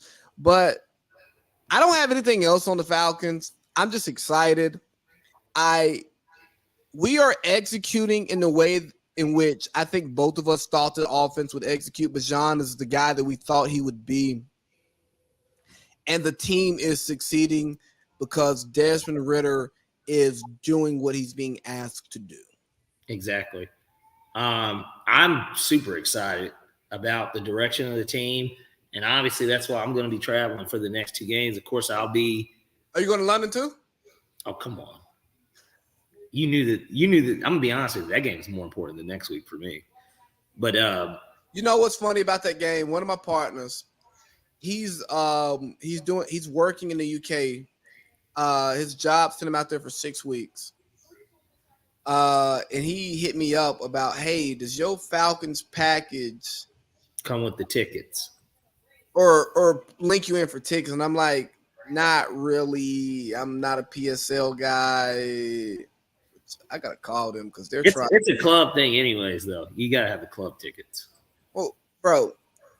Speaking of which, for the road games. Now they do actually specifically for the London game. I do believe they're the package. They're sending that out. Yeah, it's like shit's like expensive as hell. Like you're buying the hotel. It's like an NFL. It's like almost like buying a Super Bowl package type. It's thing. I think it's like $3,000 for it, and it doesn't include your flight either. Like hotel tickets. And they'll give you a finger foam shit that says NFL on it, like shit. And they plan events that you can go to and get in for free. And it's like, bro, yeah. If I'm going to London, I'm not doing none of this shit y'all got planned. See, for me, I'm only showing up the day of the game. I'm not even going to be hanging out in London. We're going to. Jew is supposed to be coming. I hope he comes. But if he doesn't, either way, I'm going to go to Oktoberfest. And then my boy Latana, he plays in 30 minutes outside of Madrid. His first home game of the year is that Friday, so I'll go to that. That's live. Yeah. So it's turned into a trip. I'm only gonna be out there 3 or 4 days, but like, well, you don't really care about sleep like most people do. Well, not on these type of trips, no. If we were going to the beach or something, or hey, the beach. We're gonna wake up at noon to get the day started. Like, I don't need breakfast. The beach is boring. If we're being honest. Well, think about it, we didn't even hit it in Tampa. For what? Yeah, I mean there was no reason to, but like I got it for you people who like going to the beach. That's cool. But when you're going to a city to party, if you're not day drinking at beach bars or at like a pool party on some Vegas type shit, Tampa also has those too. Mm-hmm. Bro, I'm good off the beach. Yeah. I'm super good off the beach. Like I'm just interested in more things than sitting outside and like getting sun. Dog, I'm dark enough. Not that I don't care if I get darker, but like I'm not out there for the sun. I ain't walking around pale and shit. Like, it's so funny. I talked to my wife because my wife, she's from a beach town, and she's just like, man, I just miss the beach so much. And I'm like, for what? Y'all beaches ain't even lit like that. Like, and where you from? Like, it's cloudy on the beach. Like, it ain't even. That's the type of beach where you gotta wear a sweatshirt. No, for real, bro. Like them beaches, like you put a sweatshirt on. You got a sweatshirt, you roll up the sleeves on it. And you have your hood on. It's bro. Like you just got you rather chill like on the rocks than in the sand. I'm like, bro, if I'm going to the beach, I'm trying to be out there. I'm trying to be like PCB. You know what I'm saying? Like that. When I think of the beach, that's what I think of. I think of people barely clothed, shirt off, the whole stop breathing. Yeah, bro. I'm thinking about the beach for the party. Not. I'm just gonna go out here and read a book. Hey, I read a book in my room. All right, let's play some volleyball or throw the football. No. No. Where's the six pack at? And where's the bitch? Like, you know what I mean? Like that type of beach party. Well, no, I'm not looking for the. I'm saying in the heyday, not today. I'm not. Never that. In the heyday, it's like fuck a six pack. Hey, where the liquor? And who gonna let me liquor? Unbelievable. Yo, I'm starting to notice that they just don't throw the ball to George Kittle anymore. What's up with that? Man, him and Jared Purdy probably don't get along, And this is fucking bullshit. I mean, Purdy, Iowa State, Kittle's Iowa. You know what I'm saying? Rivalry is real. No, this is bullshit. Now, granted, on this last play, it was a tip ball, good catch by the other guy, but of course, Kittle couldn't benefit from it, right? And he was standing right next to him. It couldn't be Kittle that benefits. Instead, it's the no-name wide receiver that's got a touchdown already. I need a touchdown by George Kittle in this game, or else I'm going to lose my bet. Let's get to the rest of the NFC South. New Orleans is 2-0. Baker and the Bucks are 2-0. Mm-hmm. Not making it easy on us. The Panthers are 0-2. Oh, by the way, and Bryce Young's not playing Sunday. He hurt? Yeah, you didn't see that Andy Dalton's going to start Sunday? No. Look, so you understand my phone situation from this past weekend. Regarding? Well, so I bought a new phone. Oh, yes. And my backup hasn't synced over properly. So, like, I don't have all of my old apps and my access on the new phone, but I don't have service on the old phone unless I'm on Wi-Fi. Mm-hmm. And so, like, I'm out of the loop on stuff unless I'm at home with the old phone, like, looking at shit. Mm-hmm. And I have too much pride to go to T-Mobile and say, "Hey, man, I should know technology enough to be able." Like, I've restored my memory from one phone to another phone before, and long story short, bro, like, my new phone don't got all my stuff on it. I don't even have. You have an iPhone though, still, right? Yeah. So like, everything's backed up in my cloud. You can get the new iPhone. I think that's now, isn't it? I got the 14, bro. I don't need a 15. Yeah. Like, what am I? Well, like, the same phone. In reality, they're the same phone. I mean, let's keep it 100. They're the same phone. There's the only difference between my 13 and my 14 Pro Plus is that I got, I think, 3 camera lenses and it's bigger. Mm-hmm. That's what you said. Yeah. Yeah, 3 instead of 2, and it's larger. And I prefer the larger phone, except for when I wear those tight jeans. Yeah, because then it just shows and everybody can see it. Well, that's usually what they. Let me stop. Who do you see as a threat in the NFC South that's 2-0? I think Tampa more than New Orleans, and I think because to me, yes, New Orleans has the better defense. I guess. I think Tampa, oddly enough, is coming on as stronger, in my opinion, because this is the same Bucs team that's, it's just Baker replacing Tom, basically. That it is the same Bucs team. The Saints team, Derek Carr doesn't look good, in my opinion. They have the 1 touchdown drive in their first game at home against the Titans, who aren't projected to be a very good team this year. They're gritty, they're well coached or whatever. Meanwhile, with Tampa, and look, New Orleans played Carolina just like we did. So we both have a win against Carolina. But Tampa, look, I mean, Tampa's wins aren't super duper impressive either. And I think that we'll get a litmus test with them because they get Philly at home on Monday. But I think Tampa will be more of the team because if Baker's going to continue to play decent, they have the edge at quarterback because he looks better than Derek Carr through 2 weeks at least. Yeah. So I agree with you because the Bucs return their weapons, they return their defense, and they don't have a run game, and they shedded playoff Lenny. And I honestly think that it's going to sound nuts. The Bucs at this point where Brady was at will play better because they're not calling plays for Brady. They're calling the plays that they think are going to be best schematically. Yeah.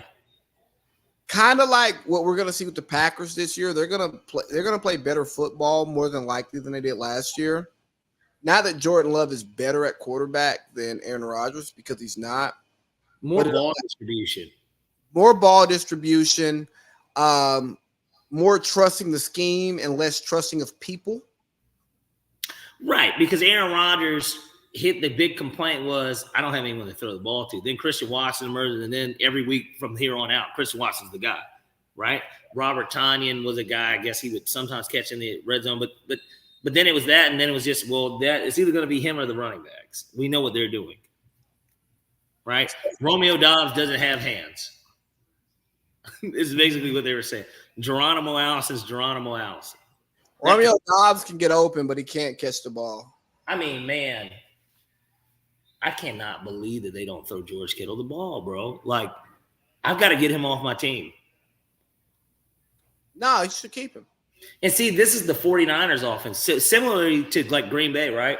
With Brock Purdy, it feels like the thought would be Christian McCaffrey clearly gets a lot of the lion's share just in general, but like the no-name wide receivers are getting the ball too. But this because this is a Shanahan system. It's the same thing with the Packers. Like, let me tell you, anyone can be a star. Like, that's why Turbo Taylor was a guy for us. Like, he led the team in touchdown catches. Like, the fuck out of here that year. The Super Bowl year, he led the team in touchdowns. Not Sanu, not Hooper, not fucking who's our other tight end? We had what's his face that was in Denver with Peyton.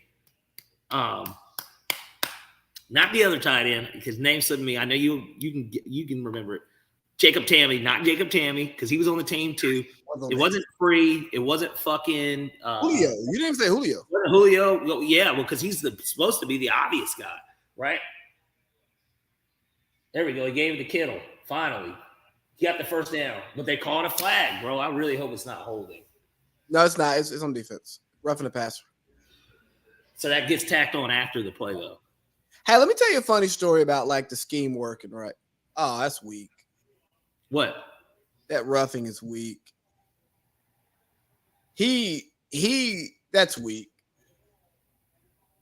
He like lodged into his hip before the ball got let go. As long as Kittle gets the yards. Let me tell you. I need Kittle to get a touchdown, though, because that's my parlay. If he gets the touchdown and Georgia State's quarterback gets 250 yards, I'm going to win. So let me tell you something. Let me tell you something funny, man. I was playing flag football yesterday, and the quarterback was running the scheme. They didn't give it to him, bro. No, they didn't. Or they haven't added it yet. Let's see. Oh, they did. Good. Quarterback is like throwing the ball to the people who are open. And I'm telling the quarterback, I'm like, hey, I'm a bigger man than him. Just throw me the ball. Don't worry if I'm open.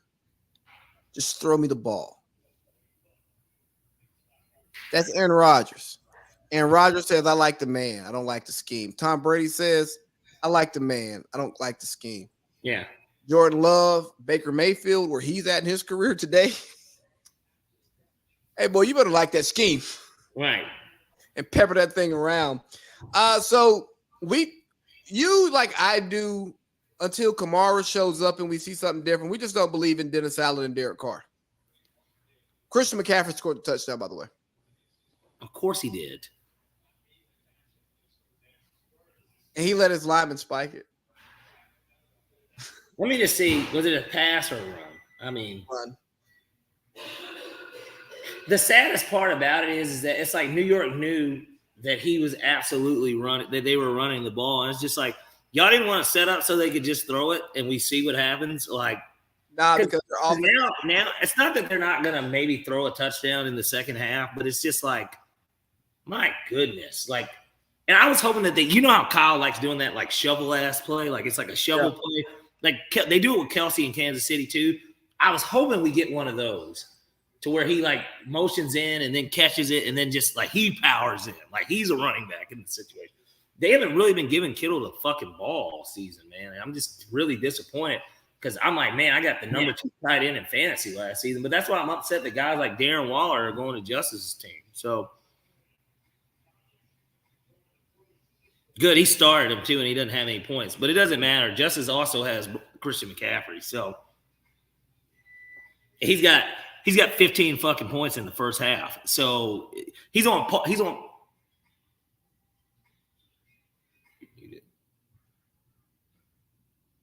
Yeah, you're muted. My bad. Yeah, you were Well, muted. Justice getting 15 points out of McCaffrey in the first half makes me feel amazing. Oh yeah, I guess you are playing him, but you Yeah, don't have him playing right now either. Now, when I sit down on the couch after this game, I'm gonna feel amazing. Soon as my butt hits that couch, it's gonna feel great. But there's no Waller for you. Hey, Waller's not doing anything, so it's kind of splitting it up a little bit, you know. hey, man, we're down to the last 15 minutes of this hour. Anything else from NFC South? No, I think we both agree, though, that it feels like Tampa is more of who we think's the threat, and that we don't believe in the coach and quarterback in New Orleans. So by default, that is who we, through 2 weeks at least, believe is going to be the team that we're going to have to wrestle off. Which, by the way, we do play New England in week 18. So should be really interesting if it is them. Do we play New England at home or in New England? No, not New England. New Orleans. Oh, yeah. We played them in New Orleans. Yeah. So that could be the. Let's go to the Pissy City. That could be, but think about it. That could be, maybe it will be. Who knows? That could be the division clincher. Man, who says that we're both not playoff teams? And it's the difference between a wild card and a division title. All I'm saying is we should. We're going no matter what. I think we should go to the Pissy City.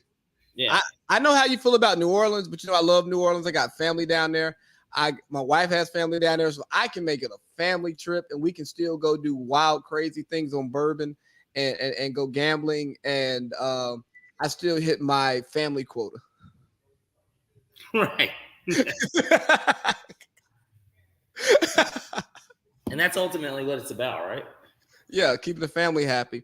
Yeah. All right, let's go through the Sunday slate real quick and talk about the games we care about before we get into what people actually show up to the show for. Okay. We got Pats Jets. Do you want to touch it? We're just doing the preview, right? Yeah. Here, by the way, are we going to do NFL first? That way I know which one to pull up. We're going to do NFL first. Okay. If anything I call is in the picks, just let me know it's in the 6-pack. Hold on. I gotta hope you got Pats Jets in your 6-pack and Pats covering. Hold on. I had because I didn't actually end up finishing it, and at least these will be up to date. All right. So while he's figuring that out, we got Pats Jets first game. No Aaron Rodgers. Give me the Pats, man. I mean, Zach Wilson's not good at quarterback, so Bill Belichick is gonna fool him into 2 to 3 interceptions. Christian Gonzalez, I didn't even not say that. Christian Gonzalez is a really good cornerback. I don't know if y'all saw what Tyreek Hill came out and said, but he's like, he's him. And for Cheetahs to let somebody know that he's him, like that means something. Right. It's probably true. Yeah, because Cheetah's the best receiver in the league. Fuck what you heard. But yeah, Bill Belichick beats up on bad quarterbacks. I don't think Mac Jones does anything that anybody cares about, but nonetheless, Bill Belichick, Robert Saleh, Mac Jones is better than Zach Wilson. I like the Pats. Yeah. Cowboys, Cardinals. I don't think that game deserves our time other than the fact that the line has been bet down a couple points and it's minus 12.5. Again, we're not doing picks right now, but Cardinals aren't good. Josh Dobbs is slated to get 11 fantasy points this week, okay? And the Cowboys are the number 3 earner in fantasy football this week. I think that trend keeps going. I'm looking at this, and I don't want to take the easy way out. There are so many just easy way out picks to where I just know they're going to win. They're not great odds. And when I say the easy way out, I don't mean taking the Cowboys money line, right? Like I'm talking about games where there's a little bit of value, but it's like, man, this is kind of fucking easy, like to just take them. Like they're going to win, and they're not ridiculously bad odds, but they're going to win. I'm going to go ahead and tell you, if you were to give Cowboys money line as a pick, I would say no. Hey, no, that pick don't count. I'm not doing that. It's the Bills game. It's that Bills-Commanders game. The line has came down significantly. It's dropped by 2 points since earlier today. They had the Bills at -8. It's now down to -6. Their money line was initially, I think, -300. Now it's -260. And that's really good value because as much as I think we both thought the Bills would take a step back in terms of record-wise this season, I had them still as a playoff team. But like record-wise, they weren't going to win 13 or 12 games. They'd be more of a 10 or 11 win team. Come on, man. I'm not drinking that Commander's Kool-Aid. I'm sorry. Hey. That was one of my easier picks here that I'm not. Parlay Pete, take command. They're a healthy dog, that's for sure. Same with the Denver Broncos at the Miami Dolphins. So how about this? Check this out. Anytime Russell Wilson's been over a 6-point dog, he's like 11-2 against the spread, and he's won outright 3 of those times. They're obviously, you know how I feel about the Dolphins. They're my Super Bowl. They're my AFC representative. I like them. Everybody's already falling in love with them because they're like, man, is Mike McDaniels out Shanahan already? Like, because that is what they're so creative offensively, and it's like Tua isn't this all-star, right? But like he is a guy. Think about it. At one point, everybody thought Tua was going to be the number 1 pick in the draft out of Bama. People were saying Tua was going to be the number 1 pick. Then he ended up being the 3rd quarterback taken in that draft, and it's like, hey, can I circle back to Falcons first really quickly? Yes, you can. We can always talk Falcons. So obviously you've been in the group as well. And, you know, off that Jalen Hurts quote about winning being the most important thing and your brother Justice circling back to winning being the most important thing. And he doesn't understand why Falcons fans don't see that with Desmond. Whereas it's like, hey, man, Jalen Hurts has also given us stuff that we can see with our eyes. He passes the eye. Borderline MVP season. Yeah, like had he not got hurt and missed a couple of games, he's the MVP last year. Yeah, he might have gotten it over Patrick Mahomes. And Desmond Ridder has not done anything close to that. And he talks about how Falcons fans would rather have Kyler. Well, Kyler has gotten his team to playoffs. Kyler is a Heisman Trophy winner. Kyler's #1 overall pick. Kyler has all of the skills to be a great quarterback. Don't know about the work ethic or the size or the leadership, but different conversation. And I said Kyler's not it, but we also know the game has to be played a certain way for Dez to work. Mm-hmm. And he throws us in there together like we're not. I don't even know who you could compare us to. I feel like we're more Max and Marcellus, where we just have conversations. Yeah, like we're not Mike and the Mad Dog. We're not Stephen A. and Skip, or and I know we're going to get to that here in this third hour, of course, with Mad Dog and what he said. With his gummies, right. The gummies. He basically told everybody that he was going to put $10,000 on Colorado. That's what he said. That is actually what he was trying to say. He's going to put $10,000 on the game, and he's got the money to do it. But like, I mean, ESPN is donating money to the fucking Mad Dog Foundation. They are. But he goes, you and Pierce like Arthur Smith, trust his judgment. I don't like Arthur, but I know Dez can play. And I have the utmost respect for your brother. Mm-hmm. And we have these conversations with each other in person, so I have no issue like talking like this on the pod. Yeah. But I don't know how he watches football and trust Desmond Ridder more than he trusts Arthur Smith. I just don't know how that works. And I know he goes to when Dez is anything positive that Dez does for the most part is a product of Arthur Smith. Yeah, so it's. I'm not crazy to be like, bro, what are you? Look at this idiot. Did you just see this at the end of the half? Number 91 for the Giants. Well, no, it was Trent Richardson first, or Trent. Yeah, not Trent Richardson. No, he just like hit him up in his chin. You didn't see that shit? I don't know I didn't see what Trent did, if he did anything. I saw him, the Giants guy, just hit him up in the mouth. Trent swung, but Trent. Oh, idiot! He's about to get fucking ejected. What a dumbass! He's not. It was a closed fist punch. Trent Williams should get ejected, but he's probably the benefit of the doubt because he's like the greatest left tackle we've seen in the last 10 years. I think he should get tossed. You can't do that. Well, it was a punch. He threw a punch. Yeah, I know. That's NFL's automatic ejection. Yeah, he's going to get tossed for that. The other guy's not going to get tossed. He's going to get tossed for throwing a Get punch. him out of here. That's stupid. He did that shit in the Cowboys game last year too. Do you remember that? No, it was the Eagles game. I mean, he got ejected in the Eagles game because he threw like a punch. He like threw a punch in that game too, and it's just like. No, bro. They're not ejecting Trent. They're just offsetting penalties. That's horse shit. That is. I get that's horse shit. I don't want to see Trent Williams removed from any football game, but that is total horse. You know, Yeah, I was listening to some Rasheed Wallace and Bonzi Wells earlier today. They'll ask me how YouTube brought me there, but Bonzi Wells, huh? But they were just talking about just some of the ways that referees influence games and some of the business behind it, and this is some of that, like. And here's what's not going to happen. Nobody on this halftime show. I'm not listening. I know. Al, and Herb Street. He doesn't know NFL rules, so you can't expect him to say anything. Somebody should be saying Trent Williams should be removed from this game.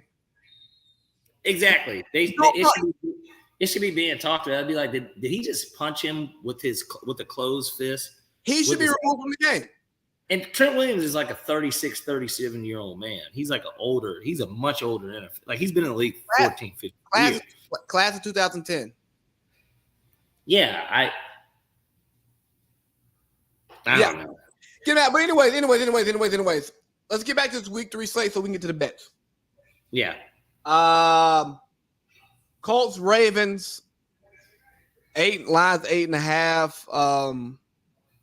Is AR-15 playing? I don't think he is. You know what is scary? Somebody brought this up on Twitter, and I'm about to pull it up right now. Not on Twitter, but on his stats. Have you seen Gardner Minshew's stats over his time in the league? They're probably really good. Listen to this.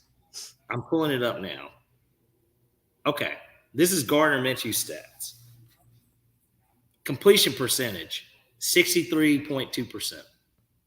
Touchdown to interception ratio, 45-15. 6,800 passing yards, 524 rushing yards, 2 rushing touchdowns. Wait, where are the passing touchdowns? No, I already said it, 45-15. So he had his rookie year in 12 games. He threw for 3,200 yards, 21 touchdowns, 6 picks, 60% completion percentage. Rookie. He's good. 6th round pick.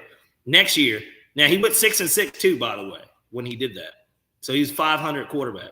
Then the next year he went 1-7, but he threw for in 8 games, so half the season, 2,200 yards, 66% completion percentage, 16 TDs, 5 picks.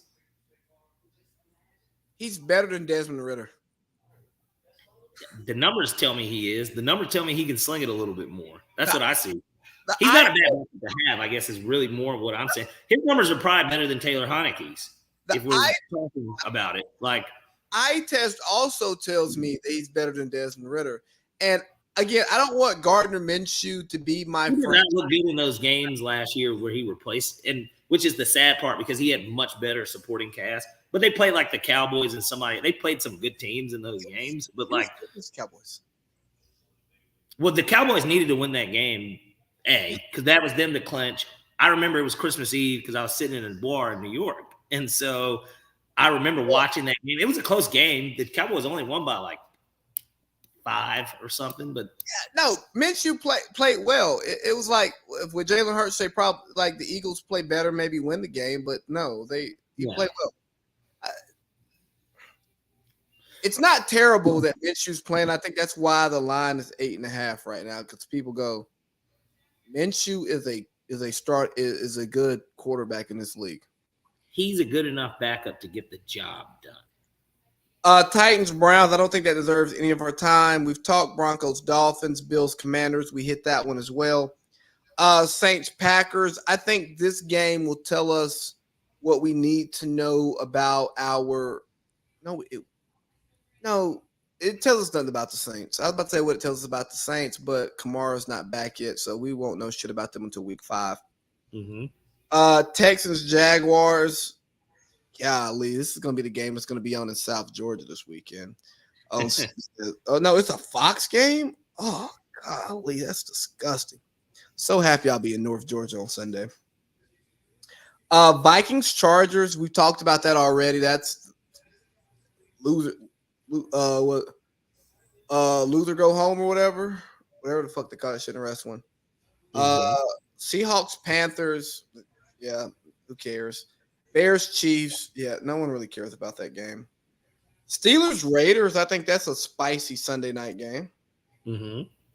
It is, but well, you know, because they played that game last year. That was Derek Carr's last game. That was on Christmas Eve as well. You know, let me tell you, I love a New York Christmas. I'm not gonna lie, because it's such a good place to be for Christmas. As cold as it is outside of that part, it's just, you know, festively. Like there's a lot. Like the bar I was at, it was a ton of drunk New Yorkers, some out of towners too, like me. But it's a good place to be. I like being in New York for Christmas. Bro, I believe it. It feels like I'm home alone. Like I'm Macaulay Culkin walking around that bitch. I don't know. I'm the Black Rose. I'm open. I've talked to my wife. And I'm like, I'm open to working in New York. I live in Jersey, but you know, I'm open to it. And she's just so anti-New York. So I'm like, fuck. What if the pay is right? Do I have to tell you this is the only reasonable offer that I have? Yeah. Probably.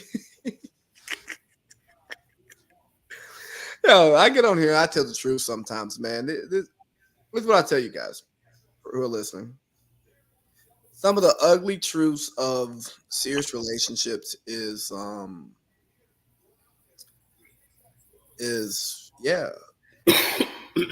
making decisions and living with the consequence of those decisions. And more times than not, if you and your partner are solid, they're going to ride with you, even if it's something that they may not be into. Especially if you take good care of them more times than you don't, right? You take care of them Monday through Friday. You know what? You may be able to go out on Saturday night and you not have to hear no bullshit when you come home at 3 a.m. Right. We got Eagles. Bro, this Monday night doubleheader nonsense has got to go. I like it. I liked it this past Monday because it started earlier. That's it. What's great for betting, just because you got more than one game to deal with. Fair. I wish that they had maybe an hour and a half between to where the second game began at halftime of the other game. The Browns game had began like it was still like mid-second quarter. And now here's the positive too. The first game, the Saints-Panthers game, was boring. It sucked. Like it was a bad football product to watch. The second game, as sloppy as it was because there were so many turnovers and stuff, it was still a pretty good game to watch, though.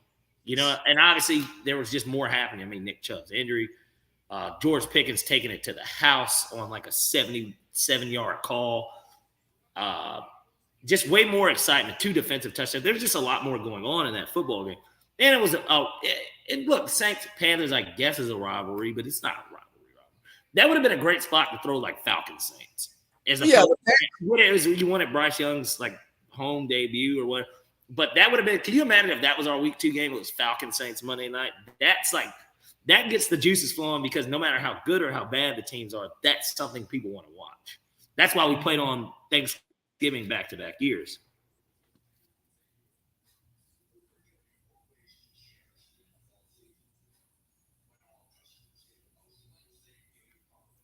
But then we got Rams Bengals. We got a Super Bowl rematch.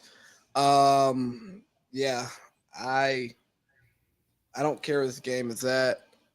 I see the Bengals going 0-3. But you know what it's time for. I do know what it is time for. Ladies and gentlemen, I want to bring you to the most important part of this show.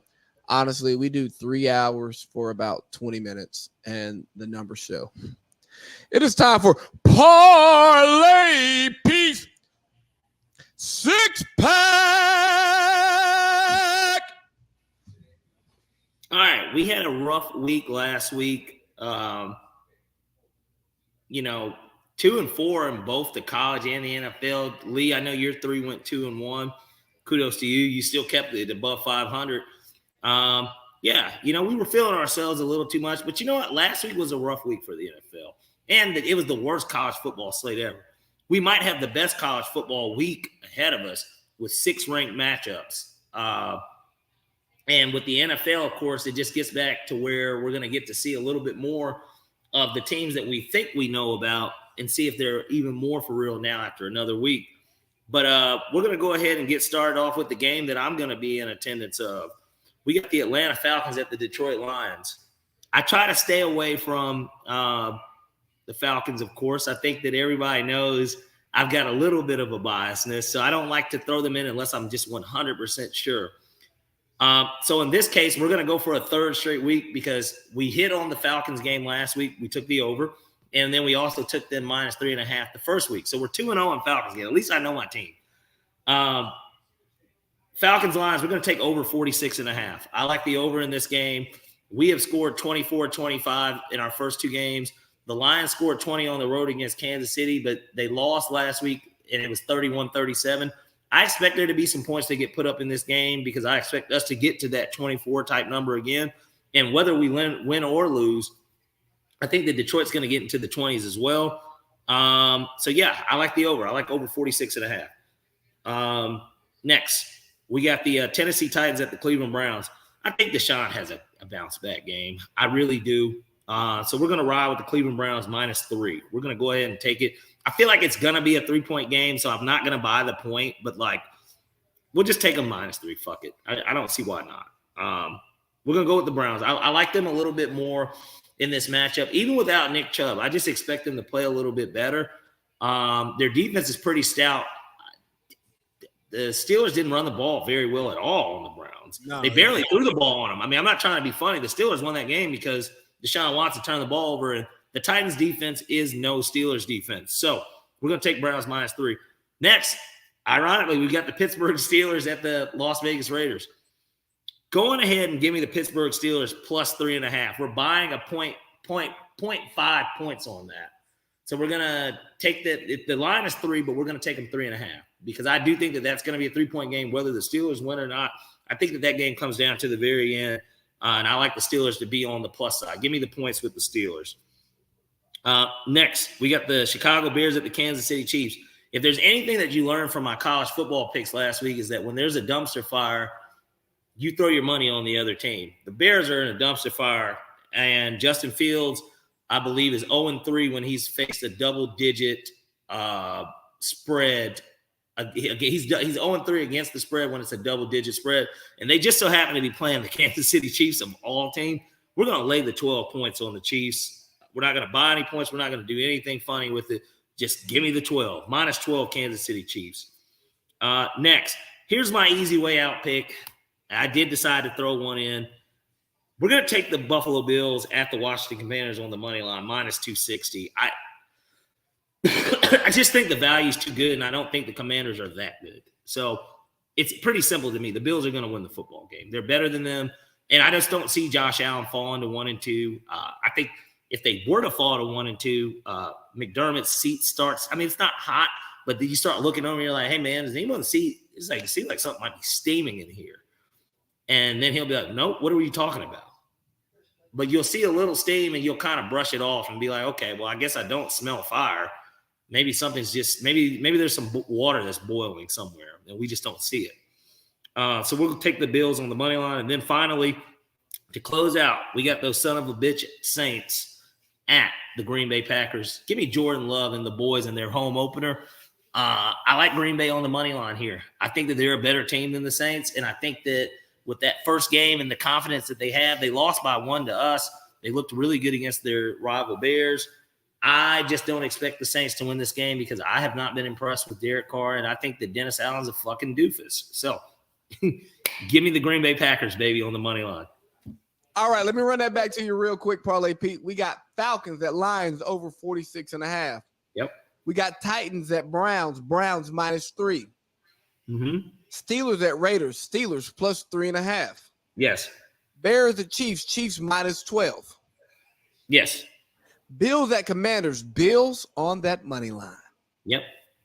And last and certainly not least, maybe my favorite bet is Give me Saints at Green Bay on that money line.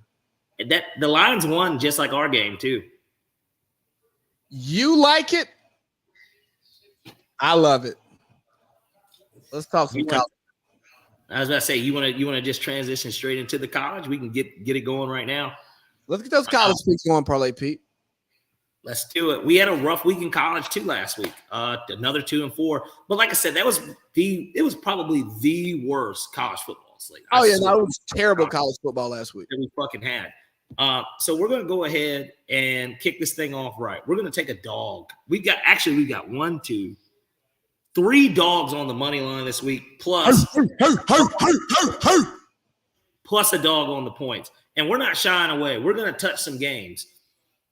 We got Oklahoma State at Iowa State. Matt Campbell. I'm pretty sure you saw the video of Matt Campbell. Hey Matt, you're on the hot seat, and him turning around and taking offense to it. It's because he is on the fucking hot seat, and his guys are still suspended. I'm going to take Oklahoma State at Iowa State on the money line. They're dogs. Oklahoma State's not very good either, but we're going to just take them. I like them as a dog against. I think Iowa State's probably the worst team in the Big 12 this season. Hey, Gundy's a better coach than Matt Campbell, by the way. Just throwing it out. He should be. This is a game that he should win. So we're going to take Oklahoma State, even though they got embarrassed at home last week by Alabama State. I expect them to bounce back and beat Iowa State. They've got too many guys. Did you say Alabama State? South Alabama beat. South Alabama did beat Oklahoma State last week. Oh, but okay. They did. And I know that's why somebody would want to stay away from this. But we're not going to shy away from it. I see the value. Next, we got Colorado State at Middle Tennessee State. Middle Tennessee played who again? Did they play us? They played UGA, didn't they? Yeah. Okay, so we saw that game, and they weren't too terribly bad. But they're at home, and this week they got Colorado State, who we just saw against Coach Prime and the boys. They're dogs. Colorado State's a dog. We're going to roll with Colorado State. I think that the momentum of showing that they could play with Prime in them is going to carry over for them for the rest of the season. I like them to beat Middle Tennessee State at Middle Tennessee. Point blank, period, to me. So we're going to take Colorado State, another dog. Next, we got Memphis at Missouri. I like the over 51 here. I expect there to be a ton of points scored. Missouri's not really that good of a defensive team, and Memphis does like to put up points. I just expect there to be a ton of points getting scored in this game. I think 51 is a low number. We're going to take the 51, over 51. Next, now we're getting to the big boys, probably the 3 most anticipated games of the week, and we'll go ahead and go in order. We got Florida State at Clemson. That's going to be your noon kickoff game that everybody's going to be tuned into. Florida State had a terrible fucking showing against Boston College. They did not cover the number for us last week. And, of course, Clemson, got dog walked by Duke in the opening week, and then they were losing to Charleston Southern at home in the first quarter.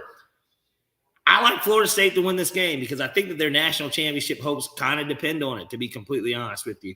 I think that they'll eke out a win. I'm not betting on Dabo. Put it that way. I can't bet on Dabo. We won't bet on Dabo. We've had too much to say about Dabo. He's going to have to make me walk it back and apologize just like I did on Coach Prime after week 1. And I'll gladly do it next week if they show me that they can put together a convincing win at home, but I don't expect to see it. I expect it to be more like when Jameis Winston went to Clemson and there was that big matchup between him and I guess it was Taj Boyd at the time. Do you remember? That was like Jameis Winston's coming out party that national championship year. They were ranked 5. Clemson was ranked 3. And Jameis Winston, they won by like 50. They didn't win by 50 points, but it was like 55-17. It was a terrible game. Give me Florida State on the money line. Next, we got the 3:30 primetime game. We got Coach Wine and the Colorado Wolves headed to Oregon in Eugene for Phil Knight to start talking to Prime about re-releasing those shoes again. Shout outs to Lee. Shout outs to both Adam Lees. How about that? Hey, shout out to Big Adam. And we're going to go ahead and we're going to take Colorado plus 21.5. The line is 21, so we're buying half a point because just to spare the expense of if it is exactly a 3-touchdown game. I like Colorado to cover. I don't know why they're laying that many points on them. I guess because Hunter's out, but I kind of like Colorado to cover that spread. I think that they already had their kick in the pants game last week, even though they won. They had their kick in the pants game. I don't expect them to win this game, but at the same time, I like them to cover the 21.5. I just don't see them losing by more than 3 touchdowns. So we're going to go with Coach Prime in Colorado plus 21.5. And then finally, the big kahuna of the night, the top 10 matchup. of the evening, we've got Ohio State at Notre Dame. Notre Dame is a dog at home, and I believe that this is actually the year where they do fucking show up and that Marcus Freeman does put together that game, because I am not a believer in Ohio State's quarterback. As great as the weapons are on Ohio State's end with Marvin Harrison Jr. and Ibuka, I just really don't see them getting it done. They've been so underwhelming.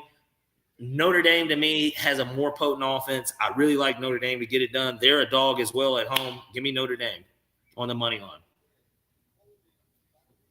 All right. Let's go back through this thing. We got Oklahoma State on the money line. Mm-hmm. Colorado State on the money line. Mm-hmm. Memphis at Missouri over 51. Yes. Florida State on the money line. Mm-hmm. Coach Prime plus 21.5. Hey, we're riding with Prime. Notre Dame on the money line. Yep. Those are the college football six packs for this week. You like it? I love it. Let me take a sip of this here Bush Peach limited edition. Because it's time for Lee's 3. Lee's 3. Lee's 3. Lee's 3. So, Lee's 3. I'm going to give you an extra one this week. That's how good I'm feeling. Little bonus pick, huh? Little bonus pick. Little Lee's quarter of a dozen. Quarter of a dozen. Maybe if I have a second kid. Quarter of a Lee's dozen. You know what? Maybe if I have a second kid, then you know what I mean. We'll run that quarter dozen, baby. But let's Lee's dozen. Let me give me Notre Dame on that money line, baby. Okay, you're feeling it too. Hail to the Irish. Yeah. Falcons and Lions. I love that over. It's gonna be some offense, baby. I think there's gonna definitely be points scored in that game. Here's why I'm giving you an extra one, because I'm being cheap here because I care about my record. Give me that Bills money line. Yeah, I know, right? Well, wasn't it just too good? I gotta take it. They're minus 260. I'm just like, man, fuck that. They're winning the game. Like, give me that Bills money line, but also I like that Florida State money line. So you're going college this week? I want Dabo in the dungeon. Put Dabo down, because if Dabo has 2 losses in 4 weeks, Clemson is cooked. They're back to who we thought they were. Yeah, I'm sorry, man. I know they were at Duke, but I mean, that was just such a poor. And this is their first game against a decent opponent. Like, they played Charleston Southern and like Alabama A&M the last 2 weeks. I don't think that that's the competition. And then, like I said, they were struggling against Charleston. So that ain't the type of competition you want to face after getting your ass kicked by a team in your conference. Shit, no. So and Florida State just so happened to get their kick in their pants last week, because now they're like, oh shit, this shit not guaranteed. We really need to come out and ball out like we did against LSU. So that's Lee's 3 + 1. I hope y'all like it, but I'm gonna throw it to Parlay Pete as we transition into the next. Excuse me. That's hour 2. It's time to get ready for hour 3. Parlay Pete's going to open you up in hour 3. He's going to talk some college football. We're going to get into our good old college football stuff. We're going to bring back the Fine Bomb segment. And then we're going to preview NFL Week 3. I'm going to go to the bathroom though. All right. Well, I think it's pretty simple to how we can kick off the college football segment here. Got a lot of good games that are going to be coming on, a bunch of ranked opponents. This is kind of like the Super Bowl week for college football. And the reason I say that is because typically week 4, you start to, A, you figure out who's who, but then B, you get these matchups that you've been looking for. Because a lot of the teams, if you don't play in week 1, that week 2 and week 3, similar to what Clemson has done, you play against kind of the slouches. You might have a division game against a weaker, conference opponent or whatever. This week, we've got a ton of fucking games that are, just going to be off the chain in regards to ranked opponents and just big-time matchups. I mean, I'll just go down the slate. For the 12 o'clock slate, you got Auburn at Texas A&M. You got Florida State, Clemson. You got Oklahoma, Cincinnati. That's going to be like kind of an underrated game. Then for the 3:30 game slate, you got Colorado, Oregon. You got Mississippi, Alabama. That's another 3:30 game. That's going to be a big-time game, big-time SEC game. I mean, a lot's going to be at stake in that game. You get a fun matchup like UTSA at Tennessee, teams that don't typically play each other, but, UTSA had a really good year last year. Tennessee. You get other games like Appalachian State, Wyoming. That's such an interesting game. Like that's a fun matchup because App State doesn't go to Wyoming typically, and that's just a unique type of matchup. You get Arkansas, LSU. They put on plenty of classics in the past. You get Oregon State. Oregon State gets to go to Washington State. Those are two ranked teams in the Pac-12. Going to be a really exciting game that's going to be going on in Pullman. Of course, you get Iowa, Penn State. You get Ohio State, Notre Dame. You get Texas, Baylor. Even though Baylor kind of sucked, you still get Texas, Baylor. Just a lot of fun matchups that you're going to get this week in college football. Play the fight music.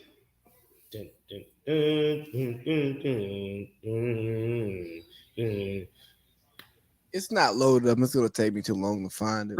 I know. I was just, I did my rendition or whatever.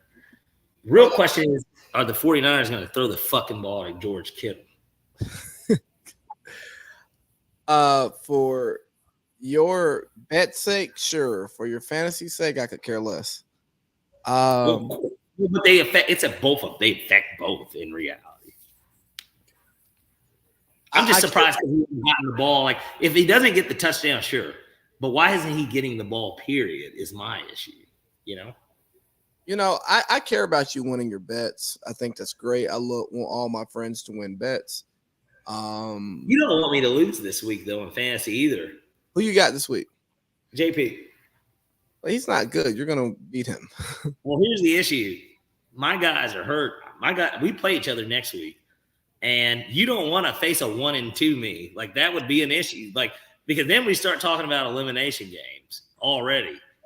And I'm not going to be eliminated. I have so much talent that just isn't fucking playing. It's not even funny. Like, well, here's the thing I got. I got Jameson Williams in the tuck, which creates trade possibilities for me moving later into the season. But we're not going to get into that. Jameson Williams in comparison to Cooper Kupp and Jonathan Taylor is a crazy comparison. If Jonathan Taylor plays and plays well. He is not Le'Veon Bell in this thing. The real question is, are the Dolphins going to step up to the fucking plate and just give up the one so that they can go to the Super Bowl this year? Or is he just going to suck it up and fucking play out the contract? The Colts don't even look that bad. Like, Anthony Richardson, even against the Jaguars, like, they didn't look bad against them. They were in that game. Like he could play with Anthony Richardson, I guess is what I'm saying. It could work in reality. I agree with you, but Parlay Pete, are you ready to role play? I am ready to role play. Actually, it's funny enough because I didn't have that in my six pack, but when you were gone there for a second, we were just talking about how big the matchups are, and obviously you get Ole Miss at Alabama, and of course we saw that shitstorm literally at South Florida between Alabama and South Florida. Disgusting. So now, I guess, hold on one second, Lee. Let me see something here. Take your time. Hey, I just want to, while he's doing it, I want to give a big shout out and thank you to all the fans who tapped in, told us y'all like this segment because we kind of did it off of a whim. Didn't really think about it being a thing, but y'all definitely turn this into a thing. And I think we're going to keep doing it. And I don't see why not. And that's exactly why we're going to go ahead and get this thing started off the right way. I bet you're about to play some audio that you should have sent me. No, it wasn't going to be. Yeah, it is kind of audio, I guess you could say. But basically, there's a phone call coming in. Paul Feinbaum. Who's that? Yes, caller. Who is this? This is Cletus from Lumpkin County, Georgia. Hey, Cletus, how are you doing today? Hey, Paul, I'm just happy to be here, man. And let me tell you what. First-time caller, long-time listener. We appreciate you always listening, Cletus. And you said Paul, you said you're from where, Cletus? Lumpkin County, Georgia. Go Dogs. Oh, okay. Go Dogs. So you're a big dog fan. Yes, sir, Mr. Feinbaum. And I'll let you know if you ever make your way to the great state of Georgia, y'all bring your show to Athens. I'll make sure we fuel up to F-150. We get up there, and me and you can meet at the Waffle House, have us a great late night dinner / breakfast after a couple drinks down on town in Athens. I'll spend a night or two down there, Paul. I'll show you the ropes, man. We'll have a good time. Well, Cletus, we certainly do appreciate any type of Southern hospitality. What is it that you wanted to talk about? Well, Paul, I got two things. I want to talk about Alabama first. I want to say, Paul, I don't know what they've got going on in Alabama. I see they got the second-ranked quarterback coming in next year. Maybe they bounce back. I don't know, but Paul, so last week they played Buckner. Buckner and his boy Tommy Reese from Notre Dame. Well, it wasn't Buckner. Let's give it a little bit more respect. They played South Florida, an AAC school. It was a monsoon going on.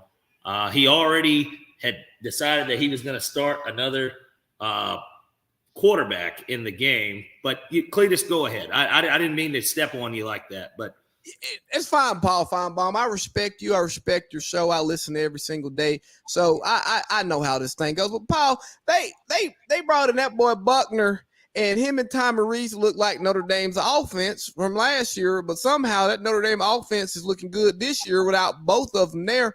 And all I'm saying is Nick Saban, he goes to the young boy after Buckner is out there looking like butt, and now he's going back to Milroe. As a Georgia fan, it makes me happy because it lets me know the SEC is ours to take. But I'll tell you what, Paul, Alabama roll tide is no tide, man. It's low tide out there, boy. Ain't nobody getting wet by that water, Paul.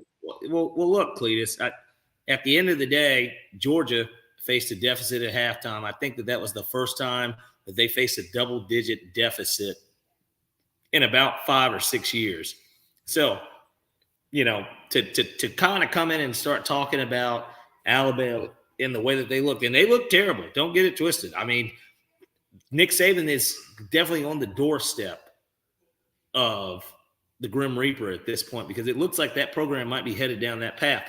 And they do have the number 2 quarterback coming in. That kid slipping my mind. And it's kind of irrelevant to this conversation. What we will say is this. Cletus, it was monsoon going on down there in South Florida. They toughed it out. They still won by 2 touchdowns. They held them scoreless outside of the first 3 points that they scored in the game before the weather even began. Do you really blame Nick for wanting to go back to the guy that at least was giving him some sort of results as opposed to, the third-string quarterback coming into the season? I don't blame Nick for that. I don't blame Nick for going back to Milroe. I blame Saban for not playing that boy. That sophomore, that 5-star he brought in, and not just let him get the reps because obviously he don't believe in Milroe. He definitely don't believe in. Please. They've got a big game this week. Everybody's been talking about it. If you look here on the 4-letter network, or if you look on FS1 or any of these other institutions that want to put out football content, he's lost to Jimbo now. He's lost to Kirby. Is Lane next? Paul, let me tell you something. I think Lane's next because, I'm a big Greg Maddux, John Smoltz, Tom Glavine fan. But you know what? We had to send Smoltz to the bullpen to become a closer because he couldn't throw that fastball like he used to. We had to let Glavine go to the New York Mets because he wasn't Glavine no more, and we let Maddux go to the Cubs. And all I'm saying is Saban's fastball ain't 98 no more. It more like 92. Well, Cletus, I think that's a fair comparison, and I love your baseball analogy, and I understand that the Braves are doing pretty well. They better watch out because their bullpen's not looking very good right now. But that's another story for another day. Paul, we got to cone you. Cletus, now you're stepping on me, okay? I'm trying to tell you something about your baseball team as a side conversation. We're not talking about the Braves. We're talking about Alabama football, and they've got a game with Ole Miss this week. And I just want to understand why you would care for somebody else to come in a game where they're playing against a ranked opponent in a big game that pretty much decides the season. Why wouldn't you go back to the kid that you know more about? I'm going to go ahead and tell you, Paul, I just don't think they're good. I don't think they have a good quarterback. And I don't want to talk no more about Alabama football because Alabama football is not going to be relevant this year. I want to talk about my Georgia Bulldogs. Well, of course you do. Of course you want to talk about it. They've got Trent Dilfer's squad coming in. I mean, that's a really easy conversation. And look, the Dogs have been dominant. But what is there to talk about? They came back against South Carolina. Is anyone in here surprised? I'm not surprised. You're not surprised. Nobody on this network is surprised, and there's going to be no caller that calls in that says that they're surprised. What is it that you want to talk about? I want to talk about out of Trent Dilfer and his band of flunkies. I mean, what did you want to get at with your team? I want to talk about Carson Beck. I want to talk about Carson Beck. I want to talk about Carson Beck because Carson Beck doesn't impress me. And Paul, I'm not no racist or none of that right here. Georgia football. We Sony Michelle. Well, nobody assumed that you were a racist, Cletus. Todd Gurley, Nicholas Chubb. Hey, we're praying for him. We hope he gets back right. No Sean Marino, all that. But we got a white boy playing running back at Georgia. I don't like that. We got Carson Beck playing quarterback at Georgia. And I'll tell you what about Carson Beck, Paul. I know that white boy running back made you laugh, Paul. I can't see your face right now, but I know that's funny for you, Paul. Because I know. Hold on, Paul. Before you go, I know you work for ESPN. You can't say nothing wrong. We don't want to get you in trouble, Paul. So I'll be the guy who says it, but I don't know about it, Paul. But I tell you what, Paul, that Carson Beck, man, I don't care what he was out of coming out of high school, none of that. Boy, we're not the same without Stetson Bennett, boy. We need to get that boy out of Buford, the boy that transferred across the country. We got to get him on campus tomorrow because I don't like our chances with Carson Beck because Beck is butt. Well, Cletus, if we look at Georgia's trend, I'm sure that he'll be on campus in the spring.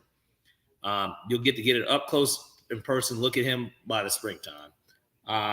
Now, on Carson Beck and the white running back joke that you just made in there, yeah, I did find it kind of comical because you act like Kirby Smart doesn't get, these top-notch guys every single year, and just because he's a white running back, I mean, did you ever hear about LSU's running back?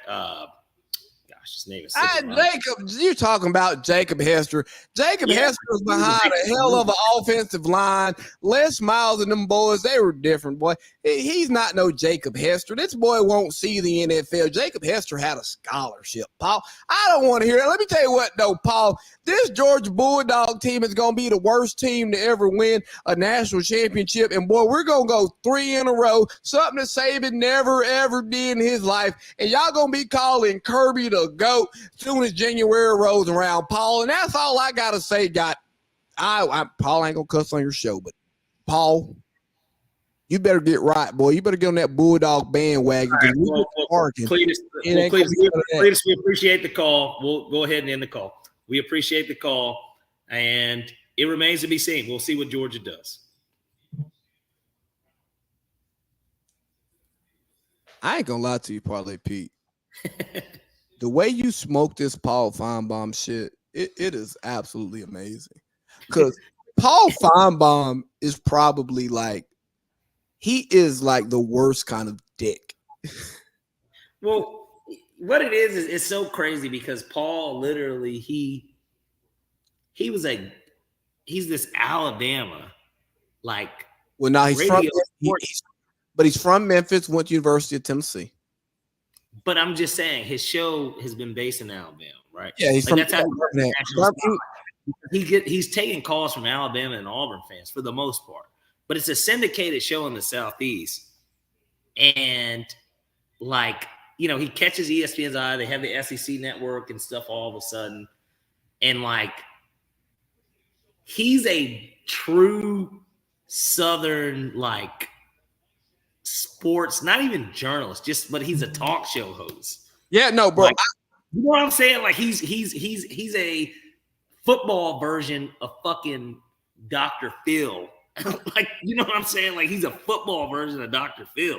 I love his show. I love the way he runs his show. Look, I'm sorry, but you see this guy that should be in the Hall of Fame they just showed on TV? Jerry Rice? No, Mike Shanahan. Oh God, yeah, it's sick that he's not in the Hall of Fame. It's actually disgusting. I swear to God, bro. And it's like they keep letting McCaffrey get open. But continue on. I'm sorry. But no, like, he's looking at Kittle and like, but for whatever reason, Christian McCaffrey's the nigga that's open. And it's just like, why are y'all guarding Kittle so hard? Why aren't you guarding fucking the nigga that's getting the ball every play? He's getting the ball every play. Like, I guess for me, Paul Feinbaum, his show, his callers, all of it is just, it's the South that I grew up in. It's the South that I know. It's the people when I, like, tomorrow I'll be in Cartersville, and depending on I haven't checked schedules yet, but I may find myself at a high school football game, and the people who are going to be at that game are the people who call in the Paul Feinbaum. And yeah, it's comforting. It's home. And Paul is that pretentious country asshole who's just like, Cletus, you don't watch football. Like right. You can hear. It's like you know that Paul Feinbaum is Southern, but at the same time, his drawl isn't so heavy that he sounds stupid. Like he's, you know what, Parlay Pete? Paul Feinbaum is us if we would have went all in on fucking journalism out of college, out of high school. We said, hey, you know what? We're gonna do the local circuit. Here's what we'll talk. We'll talk NBA. We'll talk football. We'll talk college football, NFL, either one. Or I'll talk baseball, but I got to talk Braves. I'm not talking. Well, that's the only thing in the Southeast. I mean, yeah, there's the Rays and the Marlins, but like the Braves are really the only team in the Southeast. So, you know, those two teams are new. Those are newer teams. Like the Braves have been in the Southeast since the 60s. So and Ted Turner utilized TBS. Oh, he threw it to Kittle, bro, on the 3rd and 8. They got a PI. Unbelievable. So I just like his show because I know the callers who call in, and despite their race, the way that they speak, bro, I got uncles that call in like some of the Paul Feinbaum callers, and I'll listen to my uncles talk to me about football, and I love my uncles to death, and I'll be like, yeah, man, this ain't the 80s, man. It ain't 3 yards in a cloud of dust no more, man. You got to throw the ball. Like, right. Why they in shotgun in the red zone? It creates better matchups and pass windows to get a playoff instead of just getting in the eye and run it straight where niggas. I get what you're saying. Like, I know that worked for years. In a passing league. Did you see this PI on Thibodeau? And think about Thibodeau he's like dropping, nigga, the defensive end. He's not an outside linebacker. He's a fucking defensive end going back with the tight end. It's like, bro, Kittle ain't done shit all game, and y'all got this type of coverage on him. And y'all got him out the game. Put him in the game and fucking pass rush. But hey, while I was in the bathroom, I know you were hitting this big slate. And this is the first real week of college football. And here's what's going to happen in college football as we see these conferences come together. Instead of waiting a week 3 for this, we're going to get some of this in like week 2. Yeah. Because losing games are going to become less punitive, and the TV networks and the money are going to get involved. So they're going to make big teams play against each other. And we got Coach Prime out here getting more viewers than anybody could ever dream of. They're like, hold on, whoa. We've got a hearty slate. Where do you want to start with this college slate right now? So the biggest game that sticks out to me, honestly, I think the Notre Dame Ohio State game is the biggest. Hold on, 1 second. Clemson's not ranked. Yeah, man. Didn't you hear in the papers that they were tied with Charleston Southern, nigga? Like you have to drop a team out of the rankings after stuff like that. I wouldn't have them in my rankings. I wouldn't. They shouldn't have been in it after the Duke game. I mean, Paul, I don't read the Albany Herald. Come on, Kittle touchdown. Oh, he pushed him. Oh my God, bro. They're setting it like they set that play up to throw it to him, and the fucking middle linebacker just pushes him to the ground. There's no PI call. It wasn't PI yet, though. He got him early. He got him off the line. I know, but this is my point. What is this? What's up with this, bro? I'm just saying, everybody else. 49ers not covering. But look, you could clearly tell that play was really for him, low key. Yeah, no, it was high key. And you know that if he doesn't fall down to the ground, he fucking scores. That's like the crazy part. Well, yes. Like we can't get Kittle in the goddamn end zone, bro. It's just crazy to me. It's just crazy. But yeah, yeah, my bad. I just I'm invested betting wise and fantasy, so it's like I just can't believe this shit. Is all I'm saying. But we got Notre Dame, Ohio State 6 versus 9. Notre Dame has the best quarterback. Mm-hmm. So I like Notre Dame. Can I read you an Ohio State quote though? Go ahead.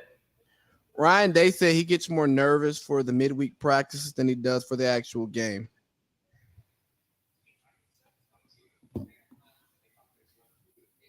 Why? Well, why though? I guess because of what he's putting out on the field and what more nervous if they're actually prepared as opposed to. Is he trying to like fuck us with his words and say that like the game is the preparation as opposed to the like? What does that mean? I guess is what I'm saying. Here's what I take it as. He's saying our scout team offense and scout team defense are honestly better than most teams' actual teams. So they instill more fear in me than the teams we play against. I don't like that from a guy who hasn't won a national championship. Well, that's stupid. Then I tell you what, then the scout team didn't do a good enough fucking job against Georgia because the kicker still missed the kick. Okay. And even more importantly, fuck the Georgia game. Everybody can say, well, they didn't miss that kick. Well, he fucking did. And Georgia missed a kick early in the game, too. So what are we talking about? Kickers miss kicks. That's why they're kickers, and that's why they have to kick. What about when they played Michigan and they got embarrassed 2 years in a row? What about that? Are we going to talk about that? Or how about the first year that Ryan Day was the coach and Ohio State got away with one when Michigan should have won that game. They didn't call the right call in that game. If we really want to break it down, but look, man, he's a front runner because he's had a front running ass team. They always have talent. People are always going to want to go to Ohio State. Ohio State will never fall off the way a Miami has. They'll never fall off the way a Florida has. They won't, like LSU has patches too, like where they fall. Like Ohio State's not one of those programs. That's why I think they said it's been 32 straight seasons where they've been ranked in the top 25 to start the year. Ohio State's not a program that falls off. Oh, you know what Ohio State won't do? They won't. Obscure and irrelevant. They'll never be that. Yeah, they'll never be that, and they also won't get an Adidas sponsorship like Miami did, and they'll always update their facilities. And guess what? Because they got LeBron James in their back pocket now, they will be Nike and they will be breaded up and they will get favor from Nike. Like Ohio State has the traditional jerseys. I don't ever see that changing. But anytime Ohio wants to do some funky Phil Knight shit, like Oregon got the cleats that are changing colors with the heat this week, all they gotta do is make that call to LeBron, and it's like, we got you, dog. Yeah.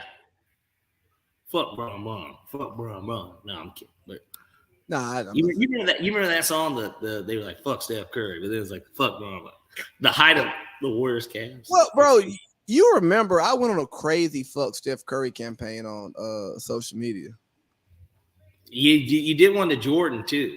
You said fuck. That is your. Let me tell you, when I tell you that is your greatest soliloquy type work. I just remember it because I had some, obviously we follow each other on Snapchat and stuff, but like I just remember it so vividly because I'm watching the game. Obviously, everybody's watching Kobe and you're so pumped, and you're on here talking about Michael Jordan, and it's just like but no, for everybody that's our era, we didn't really see Jordan. I mean, we did, but like we know who Michael Jordan is. There's no mistaking who he is. But it's like Kobe is our Jordan. In my opinion, he's our Jordan. No, Kobe. Like LeBron's not my Jordan. Kobe's my Jordan. Kobe. And I'm just talking about just acting like just who was the best player in the world. It was him, bro. That's who it was growing up. It was Kobe Bryant. Yeah, bro. And Did you watch it at once, or did you watch it like as I was posting piece by piece? It was piece by piece. I didn't see it after the Well, game. I was checking because I posted stuff. I posted stuff with the mama tag and stuff. So like, I didn't watch it like all like okay. If you posted one piece of it, maybe an hour later I saw like a couple other pieces. Oh, see, so you watched it the right way though, because the right way to watch it was, all right, bro. I'm watching the game. I'm gonna hop on. It was live commentary. Yeah, exactly. And don't get me wrong, putting it all together, it looked good together. But like, what people have to understand is, I'm doing this like over the course of the entire game. Like, I remember watching that game. It's so funny. Living in San Diego, I'm on the phone with my mom. My mom's watching the game, and my mom is not a sports fan at all. And Kobe starts going so crazy. I tell my mom, I'm like, hey, Mom. In the third quarter. I tell my mom, if you know me, shout out to Eric Boyd. He lived with me for 2 years. Like, me and my mom, we'll talk on the phone for 3 hours. Easy. Like, I was like, Mom, I gotta go. This game is too good. And like, I'm ready to hop on Snap, because this was before I had a pod. This is back when I was Snap ranting, which is why I ended up getting a podcast. But like, they had the Mamba thing, and then they had Kobe doing bro. Like, yes, I was there. I was present in that moment. Hey, let me tell you another funny thing. You know how Goldmouth Tommy talks about he be drinking Yonsei? Yeah. So let me tell you, that's my dog. I love Goldmouth. I brought him on the pod. He came on with us, but his whole Yonsei shit, that's all cap and that's swagger jack, right? Yeah, for one, his Yonsei is vodka water. That's not Yonsei. Yonsei is gin on the rocks, because keep going. I can hear you now. Back when I came up with Yonsei, I'm drinking ice water and Yonsei. So I would be outside on my stoop, Section 8, listening to Beyonce, smoking a Black and Mild, drinking Seagram's gin. Shout out to Big Dick. That bumpy face on the rocks. And that's real Yonsei. No watermelon? I figured the Yonsei meant with watermelon. No, it was ice water and Yonsei. It's ice water and Yonsei, because I was calling it ice water. So I'd be telling people I'm not drinking, I'm drinking ice water, right? So right. That's where it came from. And then because, I'm listening to Yonsei, it became, oh yeah, I'm on that Yonsei tonight. So yeah, that Kobe now, I'm on that ice water. I'm on that Seagram's. I'm on that Seagram's with the ice in it, baby. And I'm going crazy, listening to Kobe. And I'm like, hey, mom, I love you, baby, but we gotta go. There's a lot going on.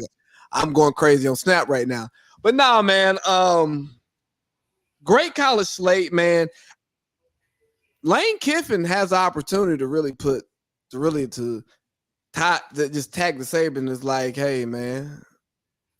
It's basically old man, like one of those, but then you want to know what that's going to do? It's going to create so much more intrigue for Alabama. If they were to lose this game next season with them getting a top recruit, and just in general, Saban's going to have a response. See, unlike Dabo, I don't think Saban's not going to go out like this in reality. Like to think that when Georgia beat them in the national championship, that's the last that we'll see of Saban in the national championship.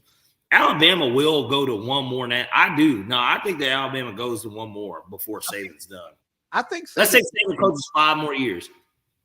He goes to one more, bro. He's not going out he's not going to be he's not going to be Steve Spurrier at South Carolina. He's not going to be Mac Brown at UNC. He's the greatest college football coach ever. Now, look, Kirby's going to have a hell of a he still is at Saban, even if he goes 3 in a row. But obviously, when it's all said and done, Kirby can definitely clear Saban because he's so much younger and he's accomplishing more. But, it's going to be really hard for him because then people are going to start talking about the NIL, the transfer portal and how that changed things. It's just like how the passing, how with passing in the NFL, everything has changed, right? Yeah.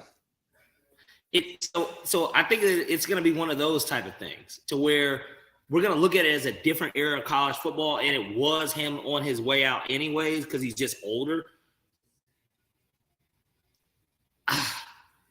Kirby's like the only person, unless, Perv and Liar gets back in the ring and he turns somebody else around and wins another 2 or something. Outside of that, Kirby's about the only one that's got a chance. Yeah, but here's the thing. Me and you both know Perv is back next year.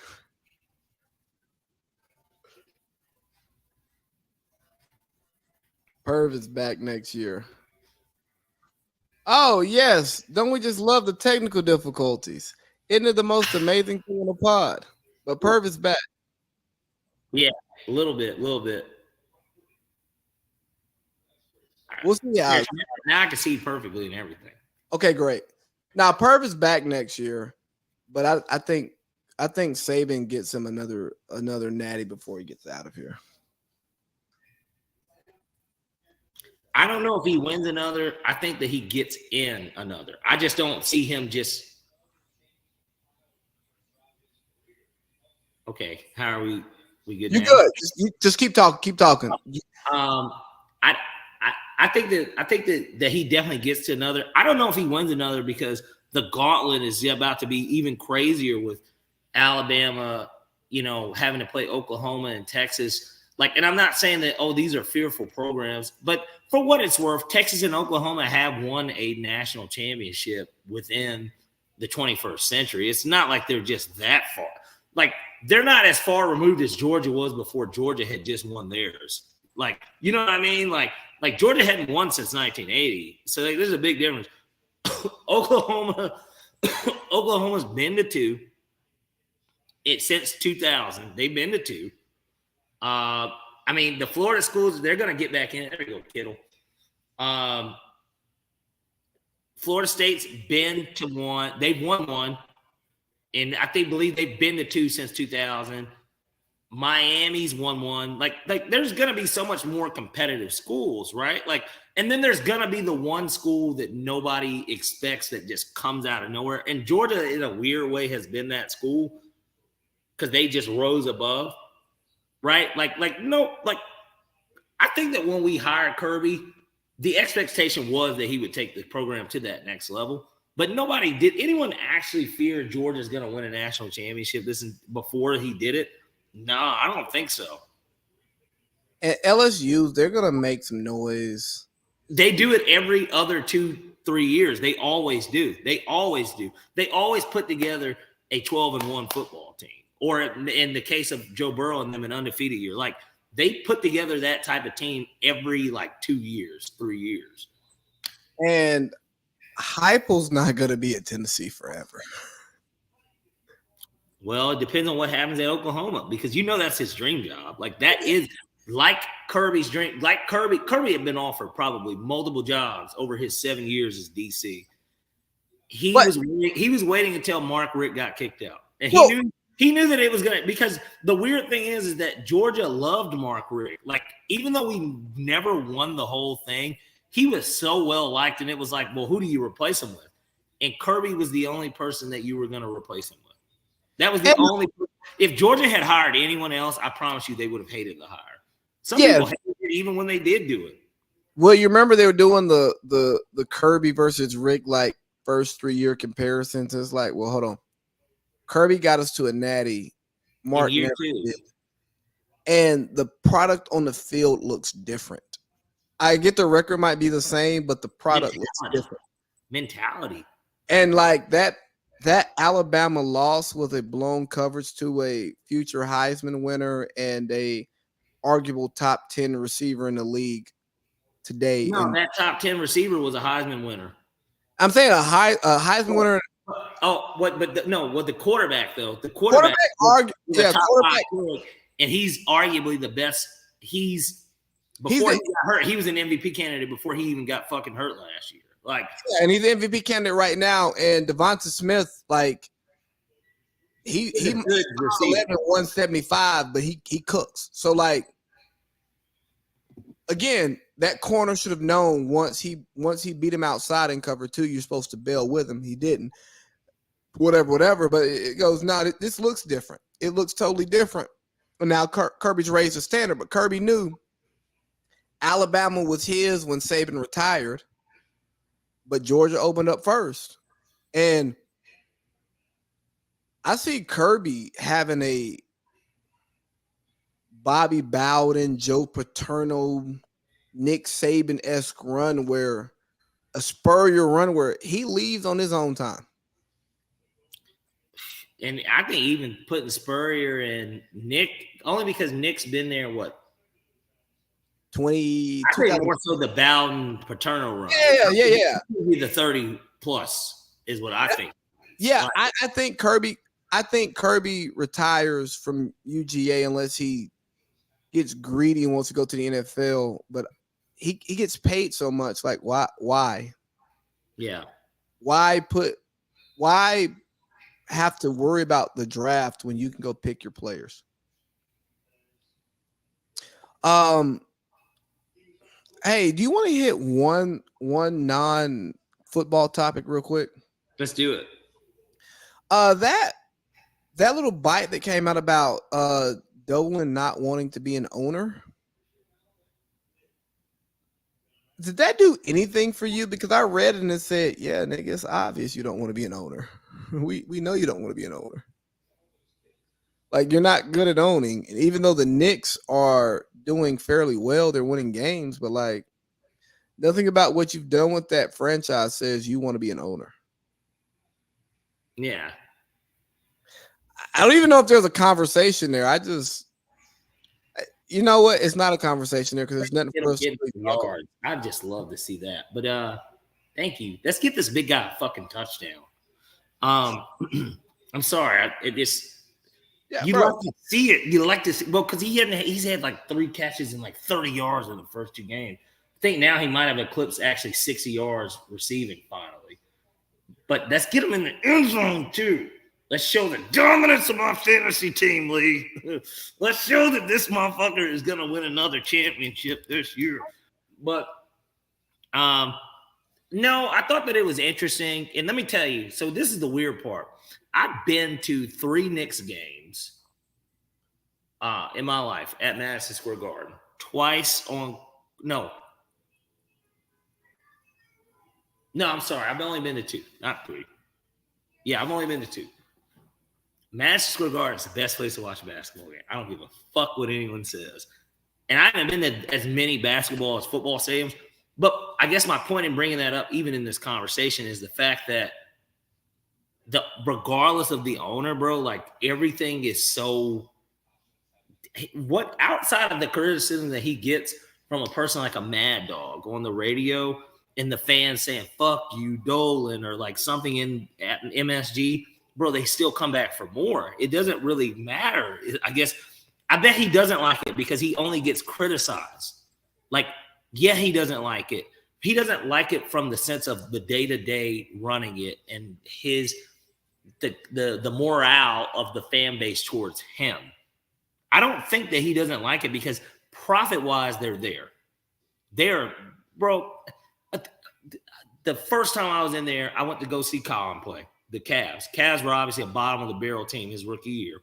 LeBron had just left. They were, they got Darius Garland next year. The Knicks sucked too.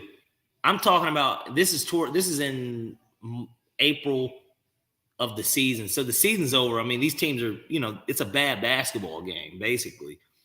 And bro, it was a sellout. Like, what the fuck? Like, it was a fucking sellout still. There were still nothing but people in there.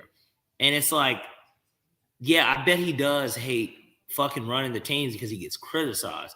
He don't hate running the teams because he's not making money. He hates running the teams because he gets criticized. And nobody likes to be talked about. Nobody.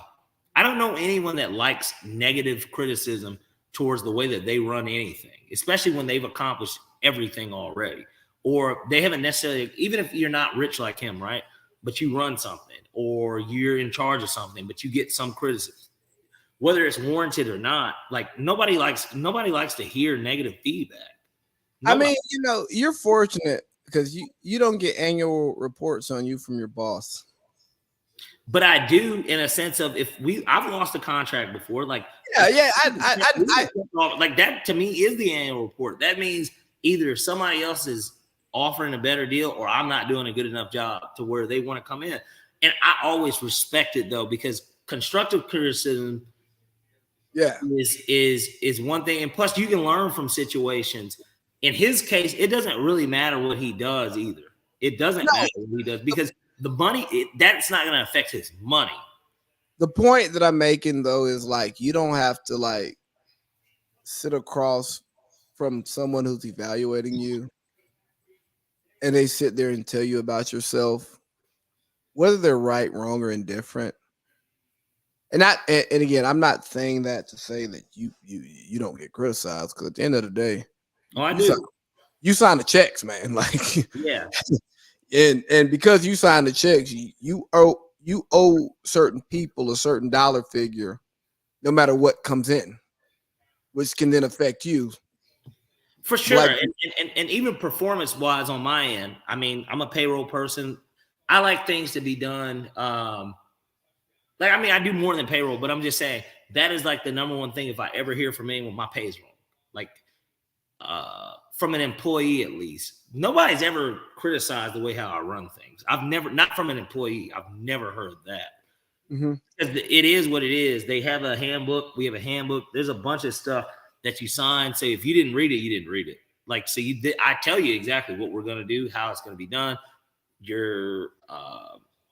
How can I elevate in the company? Is there room for growth? Like, can I make more money? Can I get a better position? What is that end game?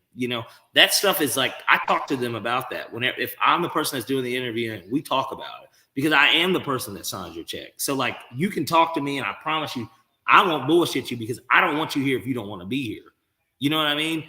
But like, at the same time, I think for somebody like him, he cuts the checks and he does run it, but he don't run it. Like, he don't have to day to day, bro. He's not doing anything. Like, the thing about him is he knows he's going to be in the black no matter how good or bad he is, because New York Knicks fans, their franchise is more valuable than the Lakers. How crazy is that? They're what? The Knicks are worth more than the Lakers. The New York Knicks fans, specifically their fans, they are loyal to a fault. They can try Jeremy Lin, Austin Rivers, Austin Reeves, Rui Hachimura, and Bertans out there, and they're still going to sell out. Yeah. Because there's the aura of the guard and there's the aura of the New York Knicks and the league revenue shares. So Dolan is still in the black, so he doesn't have to be good to win financially. Yeah. And when it comes to owning a business, it's not always about being the best. It's about being in the black every year. Yeah. And that's the thing with the New York Knicks. And it's unfortunate for those fans because they're so loyal that they don't see the return on their investment in the same way that other fan bases do. Whereas here's what I like about Atlanta fans. Atlanta fans aren't loyal. No, we're more in it for everything else. So if the product you put out in Atlanta ain't good, we ain't watching. You're not selling out.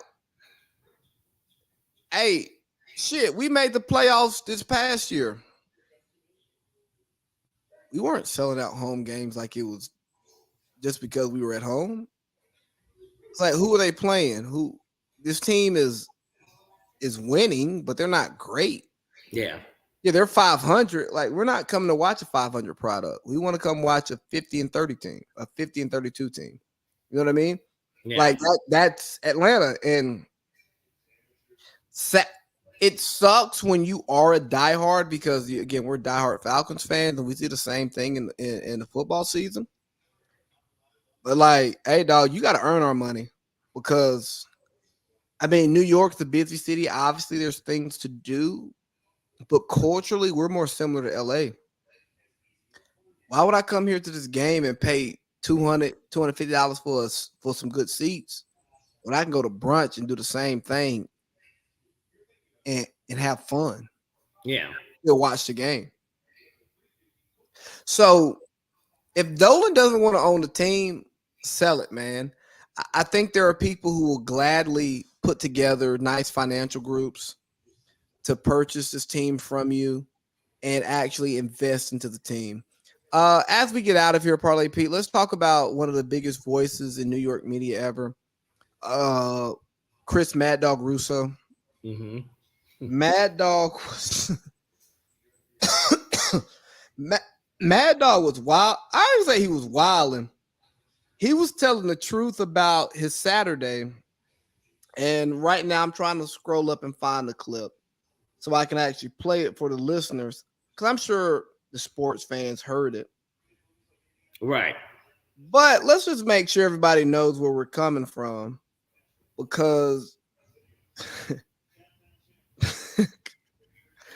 Mad, here we go. Rob in Rapid. That's your baiting guy. He's a former priest. Tell him. You know what? No. In the Vatican. In the Vatican. He lived there for 5 years. And that's what you Fat Rob. You call him Fat In Rob. 5 years, he lived in there. He was up there when they were doing the smoke to see who the next priest was. That was him, the next pope. No. Anyway.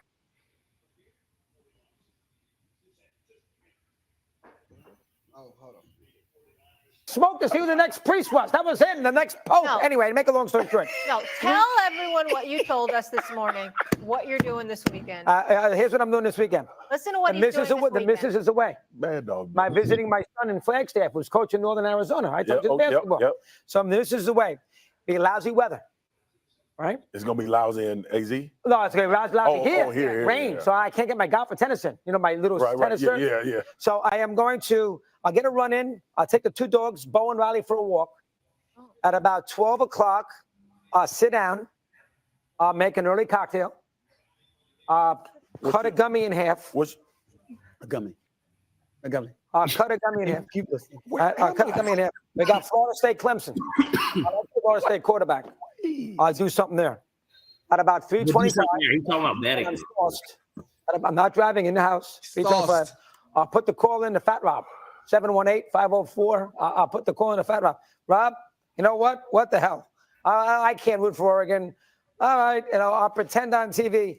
Put 10 dimes on Colorado. It's probably Colorado and Dion. That's winning game. So by 3:25, I'll be sitting down with my shorts, little T-shirt, cocktail. I'll have the other half a gummy. Oh, you save it for later? I'll have half. I thought you were just rationing it. You gonna swing the tennis racket while you doing that? You gonna back swinging the tennis racket? Work on my golf swing. Extending Like putting. the moment. So by 3:30, I'll have ABC. It's on ABC, right?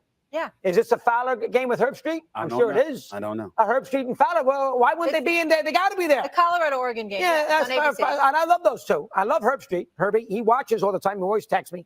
So I'll go out there and I'll put the game on at 3:30.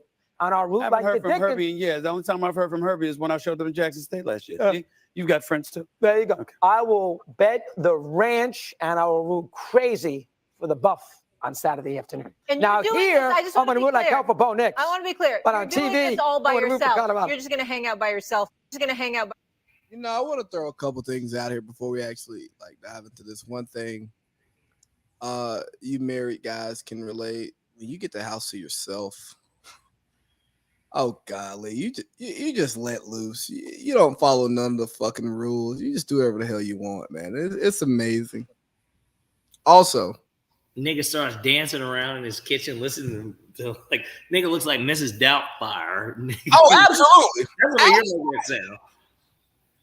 Like the few weekends I've had, like when the wife is like out of town or like she got family in town, they go do some stuff and I gotta work or I just don't want to go and I can get out of it, bro. Oh boy, I have the fucking time of my life. Yeah. Secondly, we talked about Stephen A. and Max in the pre-production, but like, yo, Stephen A. is a hating ass nigga, ain't he? Like really, like for a dude that's the highest paid man on the payroll, yeah. I You don't- haven't you heard. don't take any I- of it. I haven't heard from Herbie since blah blah blah because Stephen A is the highest paid person who we see every day. Yeah. He ain't getting more than Herbie. He ain't getting more than Joe. He ain't getting more than Troy. He probably ain't getting more than Chris Fowler. He ain't getting more than McAfee, but McAfee's company got bought. So McAfee is only, he's only an employee in the sense of what he does on Saturday. His company makes what they make. But I just found that piece funny. Like, oh, Herb Street don't rock with you, Stephen A, because you know jack shit about college football. And you know what? I don't want to hear Stephen A talk about anything. But that's me. Like, I apologize to him because I respect who he is and what he's done in sports talk as a black man who was once a reporter and a and a columnist. He was one of the first 25 black columnists in America. Yeah. Stephen A. F. Smith. But I never wake up and say, oh shit, something happened. Let me see what Stephen A got to say. Fuck out of here, Stephen A. Shout out to Mad Dog. Yeah. Yeah, it was refreshing to hear that. If there's one thing you've noticed about what First Take does differently now, maybe than they did when he initially got on, they turn it into more of a relaxed show as opposed to this is just a strictly sports debate show where we're just going to continue to just talk shit to each other the entire time and we're going to yell and debate. They've relaxed and let open more of their personality. I have not been able to catch a show, obviously, because I'm working. But I do still see clips on IG and then occasionally on YouTube. I don't really tune into them on YouTube. I like watching – I tell you who I watch. I like watching Rich Eisen, Bill Simmons. You like people with substance. Yeah. I like listening to the guys that know what they're talking about. I'll catch some Colin Cowherd stuff. You like guys who know what they're talking about, and then when they don't know what they're talking about, they bring somebody on who will make them smarter and then make you smarter. You're not listening to somebody. Yeah, of course. Florio and Sims. You don't like Sims. But I like them together. I like them together on Pro Football Talk. I love them together. I think that they're a good duo. I would say this, Sims knows what he's talking about. Sims is good. But when Sims jumped on the Zach Wilson bandwagon, and the way he prefaces it as, I'm not doing this for clicks or takes or none of that, because like I eventually want to work with a franchise. I know we all are wrong on people. Yeah.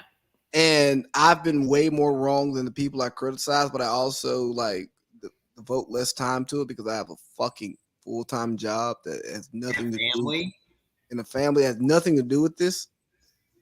And you have and they have, I'm sure they have families too, but I'm just saying, there's a lot of other stuff. Hey, look here, Parlay P. If this podcast was our main source of income, we get way less shit from our family when we say, hey, I gotta watch this game.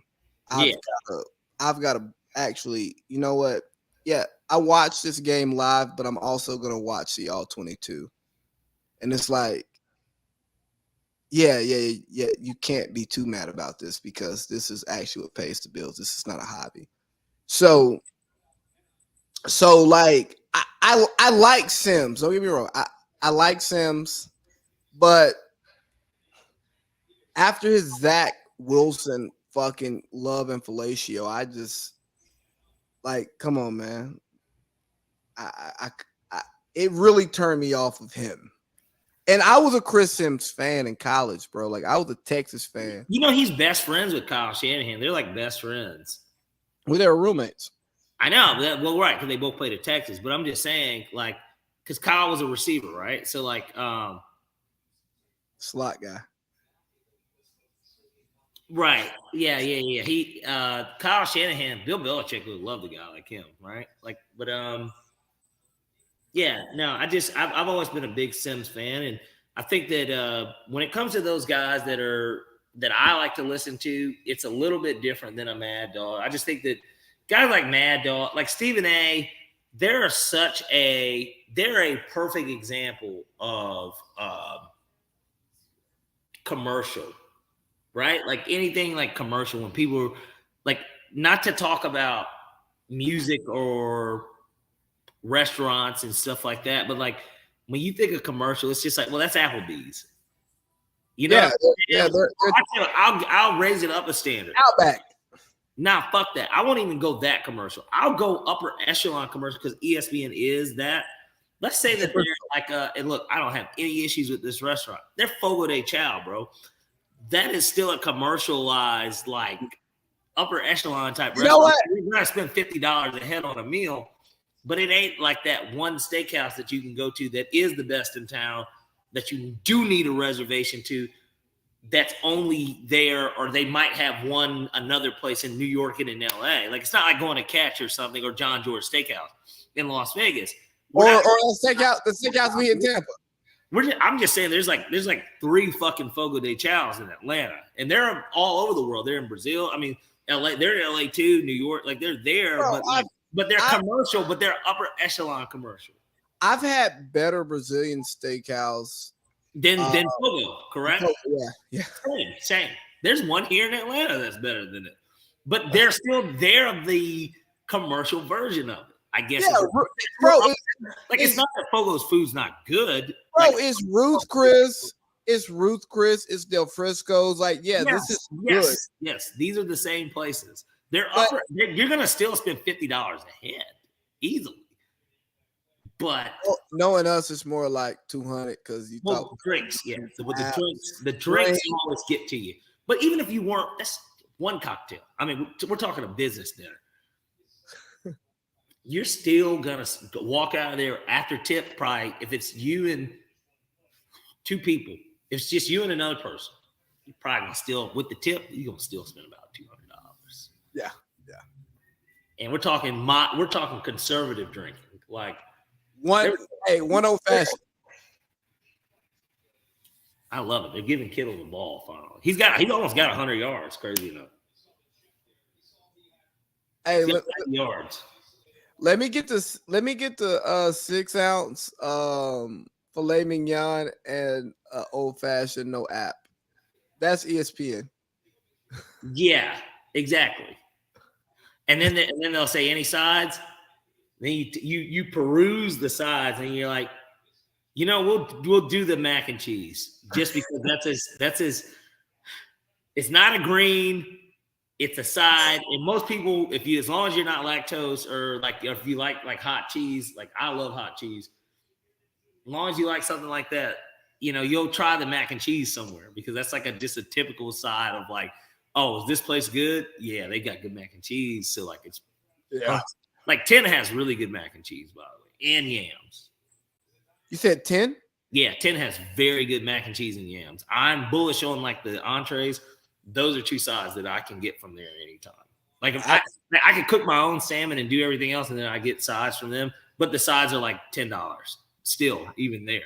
So it's not 10. It's like 8. It's like 8. But like when I go to 10, I get the tequila. I like the tequila there too. Always really good stuff. I like my price on the tequila there too. Yeah, and I had heard you because when we got in there, like I'm telling her, then I guess your cousin paid for it, or you did. One of you guys did. Somebody did. I think your cousin did it. But like, cause I was trying to be like, here, well, yeah, I'm trying, and then he's like, no, we already did it, and I was like, or no, she said it. The bartender said it, and I was like, I mean, you're not going to hear any complaints out of me, I guess is what I'm saying. And I knew that you had the hookup or whatever, but So yeah, that's there indefinitely, whether it's a Sunday after the game or a Saturday to watch college football, like that exists. Noted.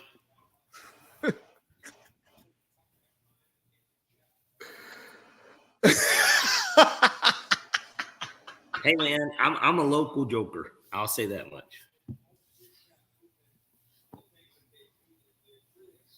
You don't have to do that there, but because it looks like you're typing. Unless let's see. The type is important.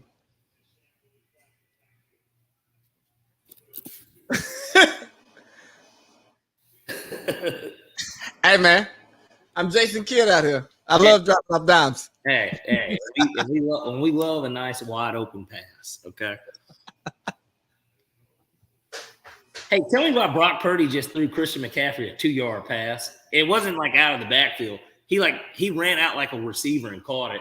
And it's just like, so why not just give it to Kittle? I don't understand. What's up? Like, everybody acts like McCaffrey doesn't get hurt all the time.